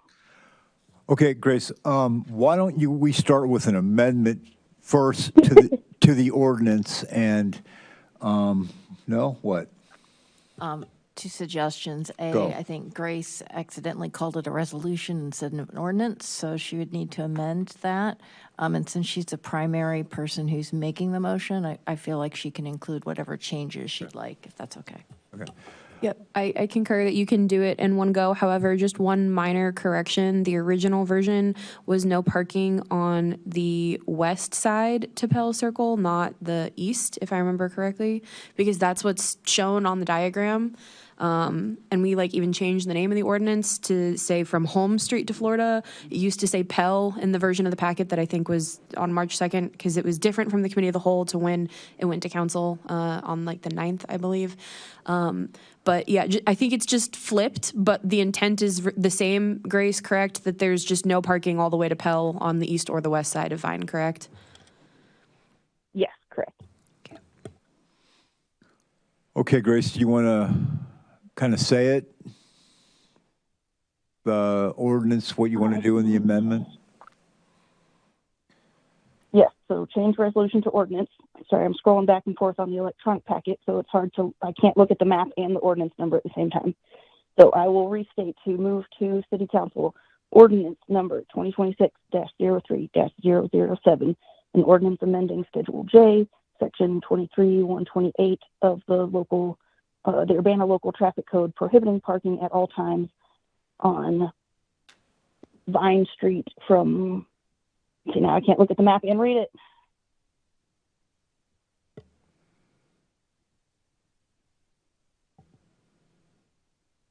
From George Huff to Pell. Is that correct streets there, I believe? Yeah, that's right. Or do we need to say all the way from Florida? Because we're adding from George Huff to Pell, but it's already up to Florida. No, that's already in Schedule J. You said it exactly right. Okay. Well, that's it then. I think I've said it. Thank you.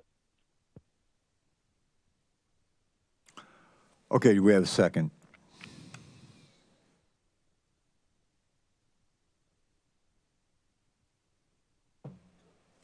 Your ward. I'm not going to act because my name appears too many times in here.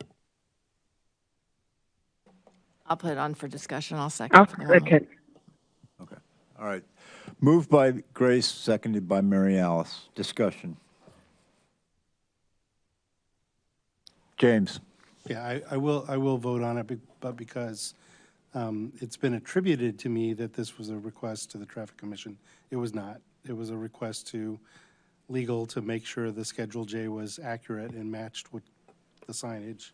It became a Traffic Commission item. But because this is my ward, I didn't want to make the motion or the second. I will vote on it because I have to vote on it for the benefit of the people in my ward, but that's why I was hesitant to second it. Discussion, Grace? I guess just clarify that I think that this is in alignment with the staff recommendation for safety. We've heard the majority of residents impacted by this are in support or indifferent to it. We had one minor concern or inconvenience that I think can easily be remedied. And then as far as the west side, that's just kind of stating what's already physically there with these hashed white lines on the side of the street. So I think this is in favor of safety driving down Vine Street. Chandra, any discussion? No. Anyone else have any comments? Okay, this is final action, so it's, all right, so voice vote will do this. So let's, all in favor, say aye. Aye. Aye. Aye. Aye. Aye. All opposed, say nay. The ayes have it. So that clerk has the direction to send that to the next city council meeting. Next is new business. Ordinance number 2026-03-009, an ordinance authorizing a solar facility ground lease and easement of Urbana landfill complex. And when Scott Tess is in the building, he's all business. You have the floor, sir. This item is mostly a recapitulation of an ordinance and a lease that council approved some time ago. In the intervening time, we discovered that the lease we approved did not have easement access for the developer to get to the site that they're leasing in order to build and maintain on. And so that's what brings this back to council. And so just as a reminder, this is a lease to allow a developer to build, own, operate, and decommission a solar array on the city's closed landfill. There's a couple of other less substantive items that have been amended in this lease, and those are all listed in the memo. And then one item that we just discovered today, there's a drafting error. The lease reads 15.5 acres to be leased. It's actually going to be 16, and we will have that change reflected when you vote on this finally next week. I'll take any questions. Any questions? Grace? I do have quite a few questions, and I thank you, Scott, for sending some previews in emails and addressing the number of acres. That was one of my questions. I guess I'm still confused where the 16 is from when I'm seeing that one of the parcels is 15.991 acres, and then there's another parcel that's 1.006 acres. So I'm just seeing that add up to actually 17 acres. They are not. Unless there's some right-of-way exemption or something. Yeah, they're not leasing the right along the boundaries of a particular parcel. There's several parcels that make up the Urbana landfill complex, and so they're carving out. We initially, in our RFP, offered a great deal more acres. Just to zoom out for a second, there's a substantial closed landfill that the city owns. We've long made good use of that land with the police firing range and the landscape recycling center both operate on top of that landfill. And yet we still have a substantial balance of land that you can't sell. No one's buying landfills, and there's not a lot of other reuses for.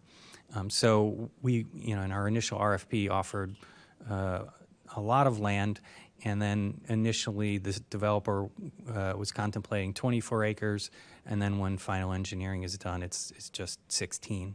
But it doesn't necessarily follow a particular parcel boundary. Thank you. And then I was also wondering about, so some section does mention in 5.3 that any security device they can implement as long as it doesn't breach or impair the integrity of the clay cap covering of the landfill. So if these solar panels are on the clay covering of the landfill, it seems to me that the city also needs maybe some monitoring access. And it said somewhere else in here that they may control vegetation, but they don't have to. So I'm wondering about, it says 4.41 says that the tenant may remove or prune vegetation.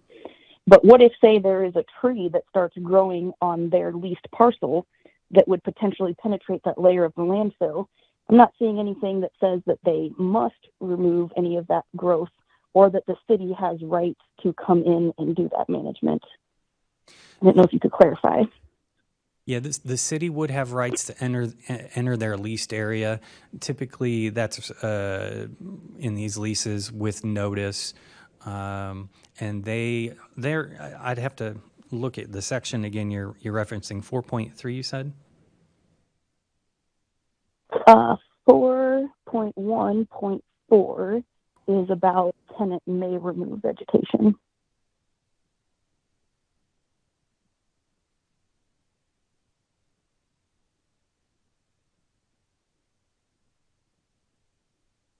It says that the tenant may not make punctures to it without express consent of the landlord. And just wondering if you could verify at some point which section in this contract gives the city the right to enter that space and maintain vegetation or anything else that might puncture the landfill lining. I'd have to sift through it and take some time to sift through it. Typically, we do have access, or we do have rights to access that because we have, we have other landfill installations like passive vents and so forth that we may want to maintain. But I can follow up with you on that. Okay, thank you. Appreciate that. Can I and then I was interject also wondering something? about. Grace, can you hold up and let Mary Alice have a quick interjection here? So Grace, your question is in regards to whether or not there are rights for the city to go into the property. Is that your question? Yes. Okay, that's section 4.3, landlord's inspection rights. Yes, I was just going to say. I think I just found it as well. Yes, 4.3 inspection rights. I was just scrolling, but yeah, take a look. But I just want to be sure that it's clear that we have the right to maintain and monitor the landfill as a landfill, regardless of the VC. Thank you. Yeah, it says landlord shall be entitled to enter upon the property during normal business hours and upon at least 72-hour prior notice to tenant in order to inspect the property, and it carries on from there.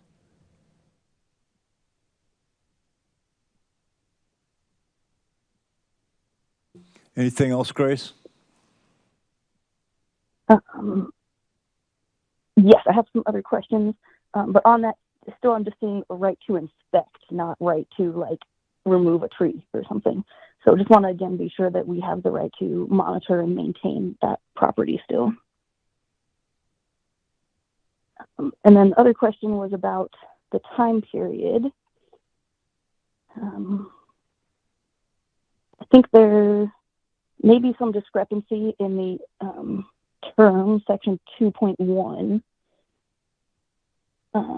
It says that this will remain in effect for 25, and then in parentheses it says 27 years. So just wondering which one that is. Yeah, 27 was the intention. 2. So we just want to 2.1. 2.1 says 27. Oh, it says 25 in Word, text and then 27 in the number. In Word. Yes. Yep, that's the words drafting error. 25 Thank you. and the number 27 going Yep. along. Yeah. And then, so the initial term was 5 years, right? Are we extending this to 25 in this round? Sorry, can you say again? What was the initial term before this update? Was it 5 years and now we're extending it to 25 years? Initial term, what we were contemplating in an earlier version was 25 years as an initial term. And so the developer is interested in 25 years of operational term. And then, of course, there's some time to construct the project that they would need to have a lease for as well. And so that's why we end up on this kind of odd number of 27.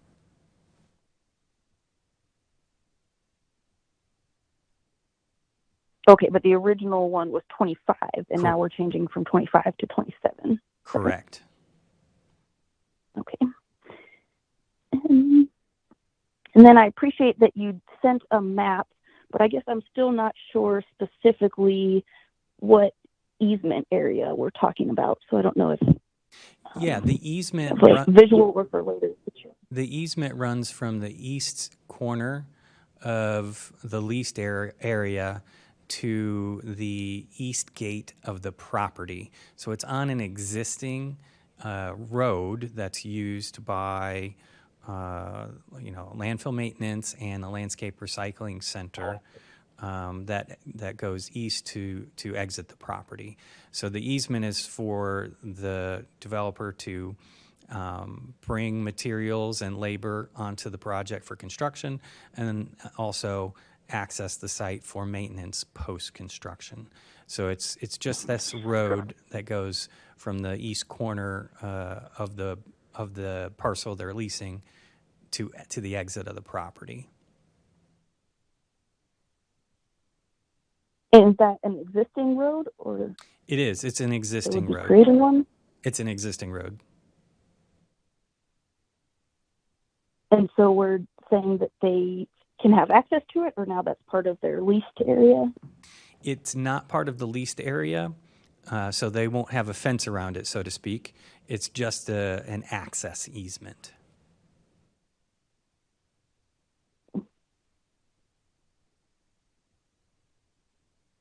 And they would be paying $1,632 per acre with a 2% increase. Oh, that's the annual cost per acre, and then a 2% increase annually, and that's correct? Correct. Times 16 acres. Yes, thank you. I think that might be the bulk of my questions for now, but if I may request that if for next week, if we could have update just on some of the minor details of the contract, like a small typo, and verify about maintenance of the property, like under 4.3, if there's anything to add about maintenance, or if there is another section in here that explicitly says that the city still has the right to maintain the property.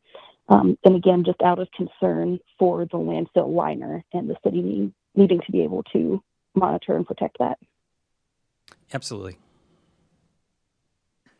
Any other questions? Chandra, did you have any questions? No, I don't. Okay. I make motion. Go ahead, Mary Alice. I will make a motion that we move this on to City Council's regular agenda. Ordinance number 2026-03009, an ordinance authorizing a solar facility ground lease and easement of Urbana Landfill Complex. I'll second. Motion by Mary Alice, seconded by Verdell. Discussion. I do have one. Go ahead, Grace. Thank you. Sorry, a question I forgot actually was about, and you did answer this over email, Scott, but I'm still not entirely clear about the direct benefits of this operation to Urbana residents and community. Definitely the lease revenue. You also mentioned tax revenue, and so I'm curious what other tax revenue there is.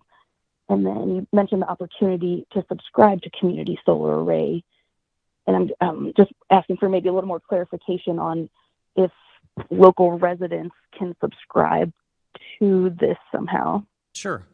So there are a number of benefits stacked for this project.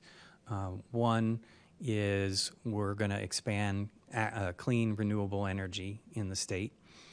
Two, we're going to get lease revenue for a property that probably isn't going to have any other uses. Three, this property goes on the tax rolls as it is no longer a nonprofit use but a for-profit use, and the developer will pay those taxes. I don't have an estimate on that, but we can look up the tax revenues from the existing solar array. Four, this takes a vegetative maintenance responsibility off of the city and the entity that manages the landfill.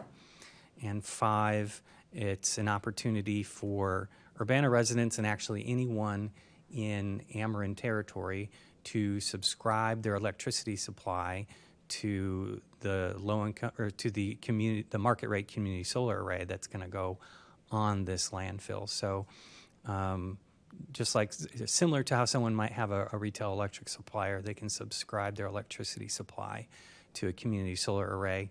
It's a highly regulated product in the state of Illinois, and they're usually offered at some fixed discount as compared to the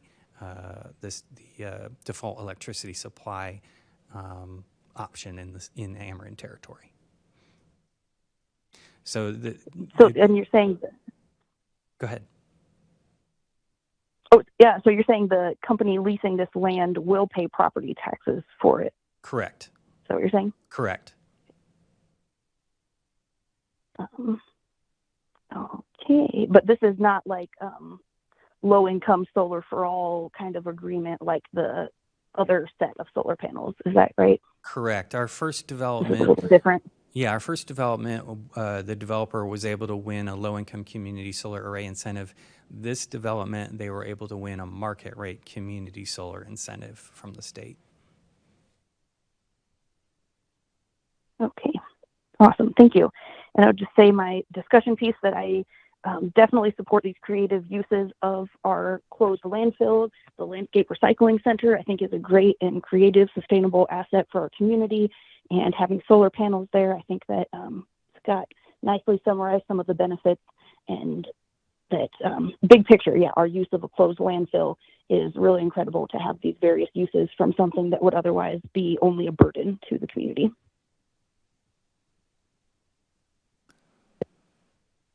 Anybody else with discussion? Seeing none. Chandra, did you have any discussion? No, I didn't. Okay, thank you. Seeing no other further comments, we'll have a voice vote. All in favor say aye. Aye. Aye. Aye. And all opposed say nay. The ayes have it. That will move to the regular agenda. Next item is resolution number 2026-03-011R, a resolution approving amendments to a redevelopment agreement with MCDJ LLC, that is CU Adventures in Time and Space, at 302 North Broadway Avenue.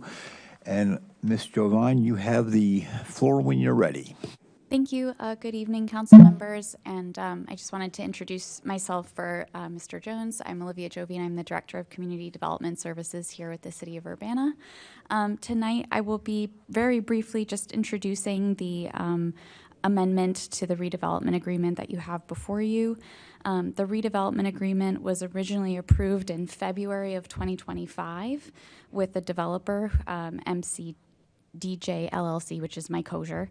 And this first amendment that's brought forward we would like to extend the project completion date from September 1st, 2025 to May 1st, 2026. It's a bit of housekeeping. I was going back and reviewing the agreement, which predated my time, and realized that that date had passed us. And so as not to have the developer and the subsequent tenant be in default of the agreement, we decided to take this opportunity to revisit it. And the developer, upon his review, proposed the following adjustments to the agreement. So the first one would be that the completion date is moved from September 1st, 2025 to May 1st, 2026, and then also to remove some terms related to the performance of the business. So the tenant who now has possession of the space after build out is CU Adventures in Time and Space, Chris and Ann Lukeman, and I will ask them to join me after for questions since they're far more knowledgeable about this project than I am. The new opening will be featuring a smaller mini golf course, at least in this initial stage. And then, of course, the bar and entertainment venue will be fully open to the public and operational. And so as a result, we wanted to check the progress. So the Urban Planning Division and the building official have been touring the space, and the Urban Planning Division toured the space last week, and it's fully up and running. There's already a soft opening in place, which Chris and Ann will speak to in more detail. So we feel confident that they'll be able to make the May 1st deadline. But I did want to speak a little bit to the suggested alteration of the business terms. So currently, I believe there are 5 holes completed. We can confirm that in a minute, but these are not just a mini golf ramp leading, one hole to the next. This is really a fully immersive art experience, and each course requires a huge amount of creative effort and production. And so we feel confident that the team is working towards realizing a full set of a full course, but at this time there's just a limited number of mini golf courses or experiences currently available. So we'd like to move forward with opening and get the public in there and have them create some revenue.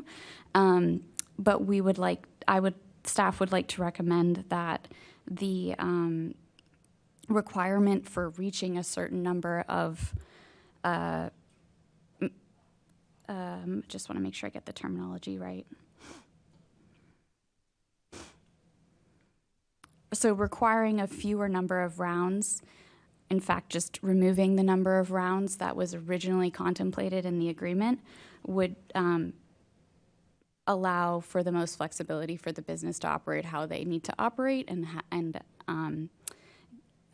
make the terms of this agreement more favorable for all parties. So with that said, after touring the facility and talking with the tenants and the owner and our building official, we're proposing these requested changes, and we would like to tie the terms of the agreement to the food and beverage performance of $500,000 a year, as opposed to the food and beverage performance and the rounds of golf. So without further ado, I think I'll invite Chris and Ann to come forward, but I'm also available to answer questions, should you have any.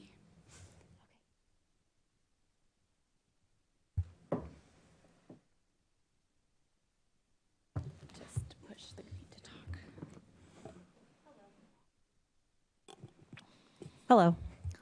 I will go ahead and invite you to make any opening statements you'd like to make. Yeah, first of all, we would like to thank the city again for, giving us the opportunity to help do all of this downtown. And we had a really good time hosting the mayor and other city staff on last Friday. And following that, we had a bartender training and friends and family events all weekend, and the course and bar opened great, and a lot of people have sort of echoed the comments we're seeing from the city that it really is something unique and special, and we can't wait to show you all and the community at large. Yeah, and on a specific note, if any council members want to get a tour, please shoot me an email, info@cuadventures.com. Just let me know. All our information's on the website. We would love to show you around. And Mike Hosier apologizes he can't be here. Lucky him, he is in Australia. Okay, any questions? Grace, Mary Alice, go ahead. Yeah, and I apologize. I haven't been in town, so I didn't have a chance to look up the original agreement. So basically, I think, one of the ideas is to stimulate economic growth, vitality, business within the downtown corridor. That's the purpose of having these TIFs, so that we are able to promote businesses, right? And so that comes with the promise that some of that will be paid back, not necessarily that you will be paying it, but rather all of your business that you generate will be paid back. If we do agree to remove the number of games played, for lack of a better word, what does that do, Olivia, to the calculation of the return on investment of TIF funds? So the agreement as originally written, not amended, is that the city would have an obligation to distribute 5 annual payments. The first of 5 annual payments would be $42,000, which to be issued upon 30 days after certificate of occupancy. And then the following 4 payments would be paid based on performance, and performance towards a $500,000 food and beverage sales target, which would to be met in a 12-month period, and as before being amended on generating 31. So it says CUA new mini golf course entertainment venue generated 31,000 rounds in the same 12-month period. So I can't tie a number of like a revenue number to the 31 rounds. I can only tie a revenue number to the food and beverage sales tax. So it's hard for me to calculate what those rounds of golf would. It's the tax, right? It's going to be the sales tax. Is that correct? So it's our understanding, and it has been, that because it's like a ticketed, like a service, it does not actually have a sales tax for mini golf rounds. Oh. Which is why we thought that the food and beverage made up the part of the agreement that seemed more important and relevant than rounds. Okay. All right. So services don't have a tax. That is correct in Illinois. Oh, okay. I don't know why I never noticed that before. When we say 31 rounds, we talking I'm sorry, 31? 31,000. I'm sorry if I misspoke. 31,000 rounds was previously written. Yeah. Okay. I think I did misspeak. It should have been 31,000. Yeah. Any other questions? Grace and Chandra, any questions? Mine was kind of along the lines of Mary. Mine was along the lines of Mary Alice's to just confirm TIF payments versus expected tax revenue, and it sounds like you said 5 payments of roughly $42,000 a year comes out to $210,000 ish, and you say in the memo that they expect 880 some thousand in revenue, which would be 140 in food and beverage tax. That ratio at the 500 minimum would be about 80,000 a year in taxes. I just want to be sure I have all those numbers right, that you're saying that we will put city money in from TIF of 42,000 a year and expect a minimum of 800,000 a year in return in tax revenue. Thank or you. 80,000. Thank you, Grace. I'm just reading that section of the memo now. I think our projected annual revenue is 888,584. Yes, but the minimum is 500,000, right? So that's the expected. But Yep. say if they met the minimum every year of 500,000, that same ratio should be about 80,000 in food and beverage sale tax. Sales tax. So I think I don't think I understand your question, but I believe you're I mean, we're looking at the same document. Grace is trying to project what we're getting back for the 42,000 that we're paying in, and her estimate is that we're getting back $2 for every one we put in each year.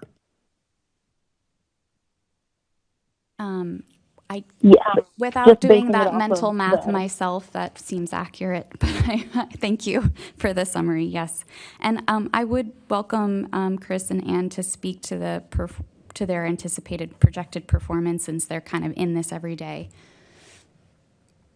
Yeah, so it was our understanding that the number of rounds played was not affecting what the city was counting on as part of tax revenue as payment for their investment whatsoever. The change in rounds wasn't affecting that.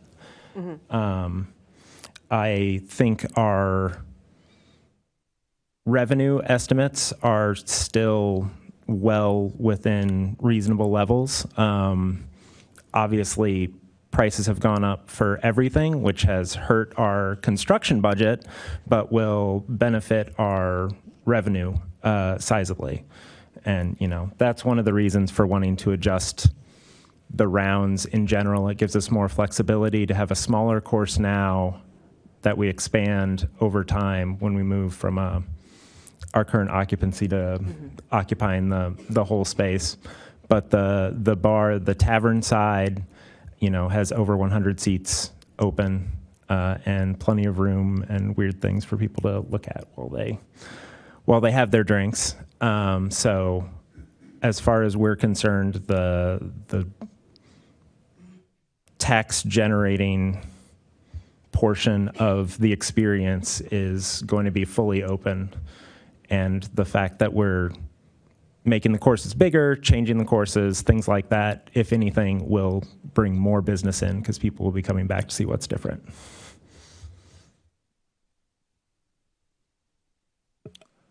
One quick question. How long would it take to play 5 holes at your place right now? Some weird things are happening. So, like, this is our beta testing period, last weekend and this weekend. Some people are really, I don't know whether it's competitiveness, but they really want to speed through the course, and some people take their time. So managing those two kinds of groups running into each other is interesting.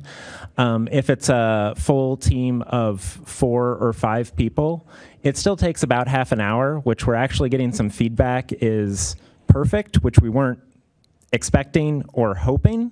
But then again, it does give us some flexibility for maybe we'll do more shorter courses instead of 2 hour-long experiences. We might end up with 3, with 1 is an hour long and 2 are half hour long or something. We don't want people to leave as much as we want people to have more beverages.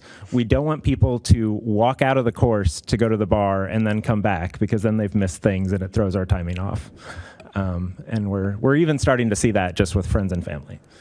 What's the place going to sound like? It will sound like a Renaissance fair. We have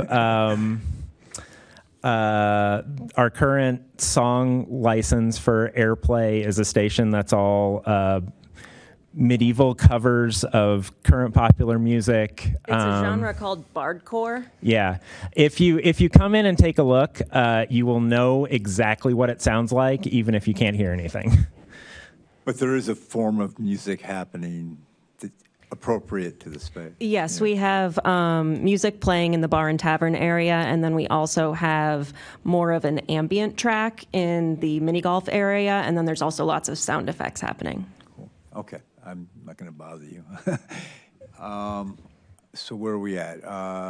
Need a motion. Thank you, sir.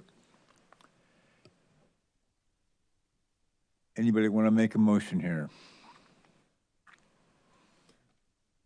Thanks. Hey, Mike, there we go. I will move resolution number 2026-03011R, resolution approving amendments to redevelopment agreement with MCDJ LLC, CU Adventures in Time and Space at 302 North Broadway Avenue, onto the regular agenda at City Council. Second. Moved by Mary Alice, seconded by Chandra.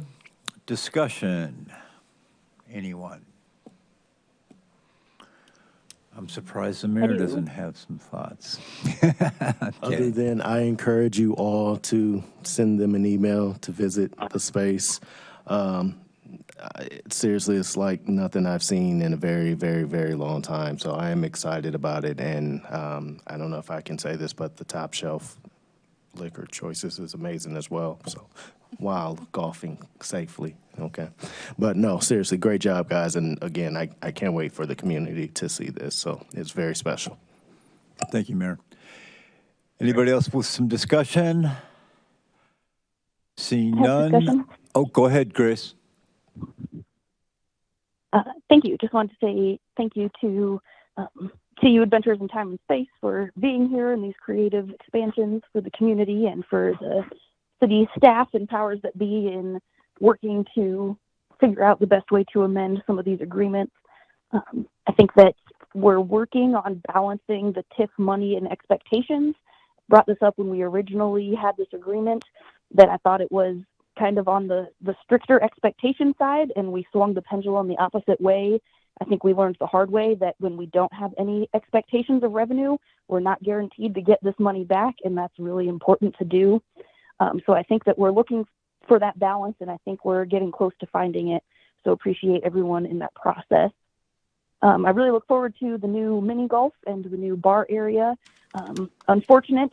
Bummed to hear that it's a little longer than expected, but obviously it did happen in September. So glad to hear a date and appreciate the work here and looking forward to it. Thank you, Grace. Chandra, any comments? No. Yeah. Okay, that concludes discussion. So all in favor say aye. Aye. Aye. All opposed say nay.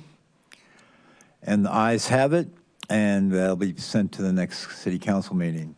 Last item is resolution number 2026-03-012R, a resolution approving an increase in the number of liquor licenses in the Class R&T-2 designation for Mexican restaurant La Vella, LLC, DBA La Vella Mexican Restaurant at 1805 Philo Road, Urbana, Illinois. And Darius, you have the floor, sir. Yeah, no, I'll say that. It is the restaurant at the end of Sunnycrest Mall. Essentially, they are just they're going to start selling beer and wine now. That's it. Okay, and any questions at this point? Can I get a motion? Yeah. Make a motion, since it seems silly to put only one thing on the consent agenda. I'll just go ahead and put this on the regular agenda. I will move to City Council on the regular agenda with a recommendation for approval, resolution number 2026-03-012R, resolution approving an increase in the number of liquor licenses in the Class R&T2 designation for Mexican restaurant La Vella, LLC, doing business as La Vella Mexican Restaurant at 1805 Philo Road, Urbana. Is there a second? I'll second. Moved by Mary Alice, seconded by Verdell. Discussion. Hearing none. All those in favor say aye. Aye. Aye. All those opposed say nay. The ayes have it, and that'll be moved to the next city council meeting. Last item is council input and communications. Grace, any comments? I'll get to you. Grace, any comments? Yes. Just wanted to put a reminder for Ward 6 listening session this Thursday at 6:30 at the Health and Wellness Center. People to come out and be heard. And also did want to apologize that I am not able to be physically present today. Was really hoping to, especially with our new council members. So welcome again, Verdell. I'm sorry to be remote voice in the ceiling tonight, and look forward to being back in person. Chandra, would you like to make any comments? No, thanks. Mary Alice. So I have three things. Grace already welcomed Verdell. I want to say welcome as well. It turns out that I've been here for 10 years, which is kind of crazy. So if you have questions, please feel free to call me up. The second thing I wanted to address was two things that came up during public comment today. So one, I wanted to send appreciation to, I believe I wrote his name down as Gabriel, talking about his homeless experience in our community. And so I thank him for coming out and speaking with us today. And the last thing is there was a reference by Stuart Levy on the traffic stop analysis. And I remember that report, and I read it a long time ago, so I went back and looked it up. It was done in 2015. Interestingly, WILL at Illinois are the people who have archived that report. So if you just Google traffic study Urbana 2015, you'll get a copy of that report. I will be rereading it. I think that there's some interesting information there, but I do want to refresh my memory on it. Thank you. I just wanted to, Verdell, did you have comments?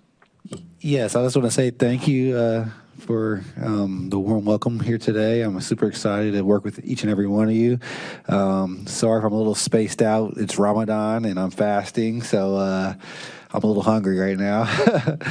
But thank you so much for all the people who came and spoke.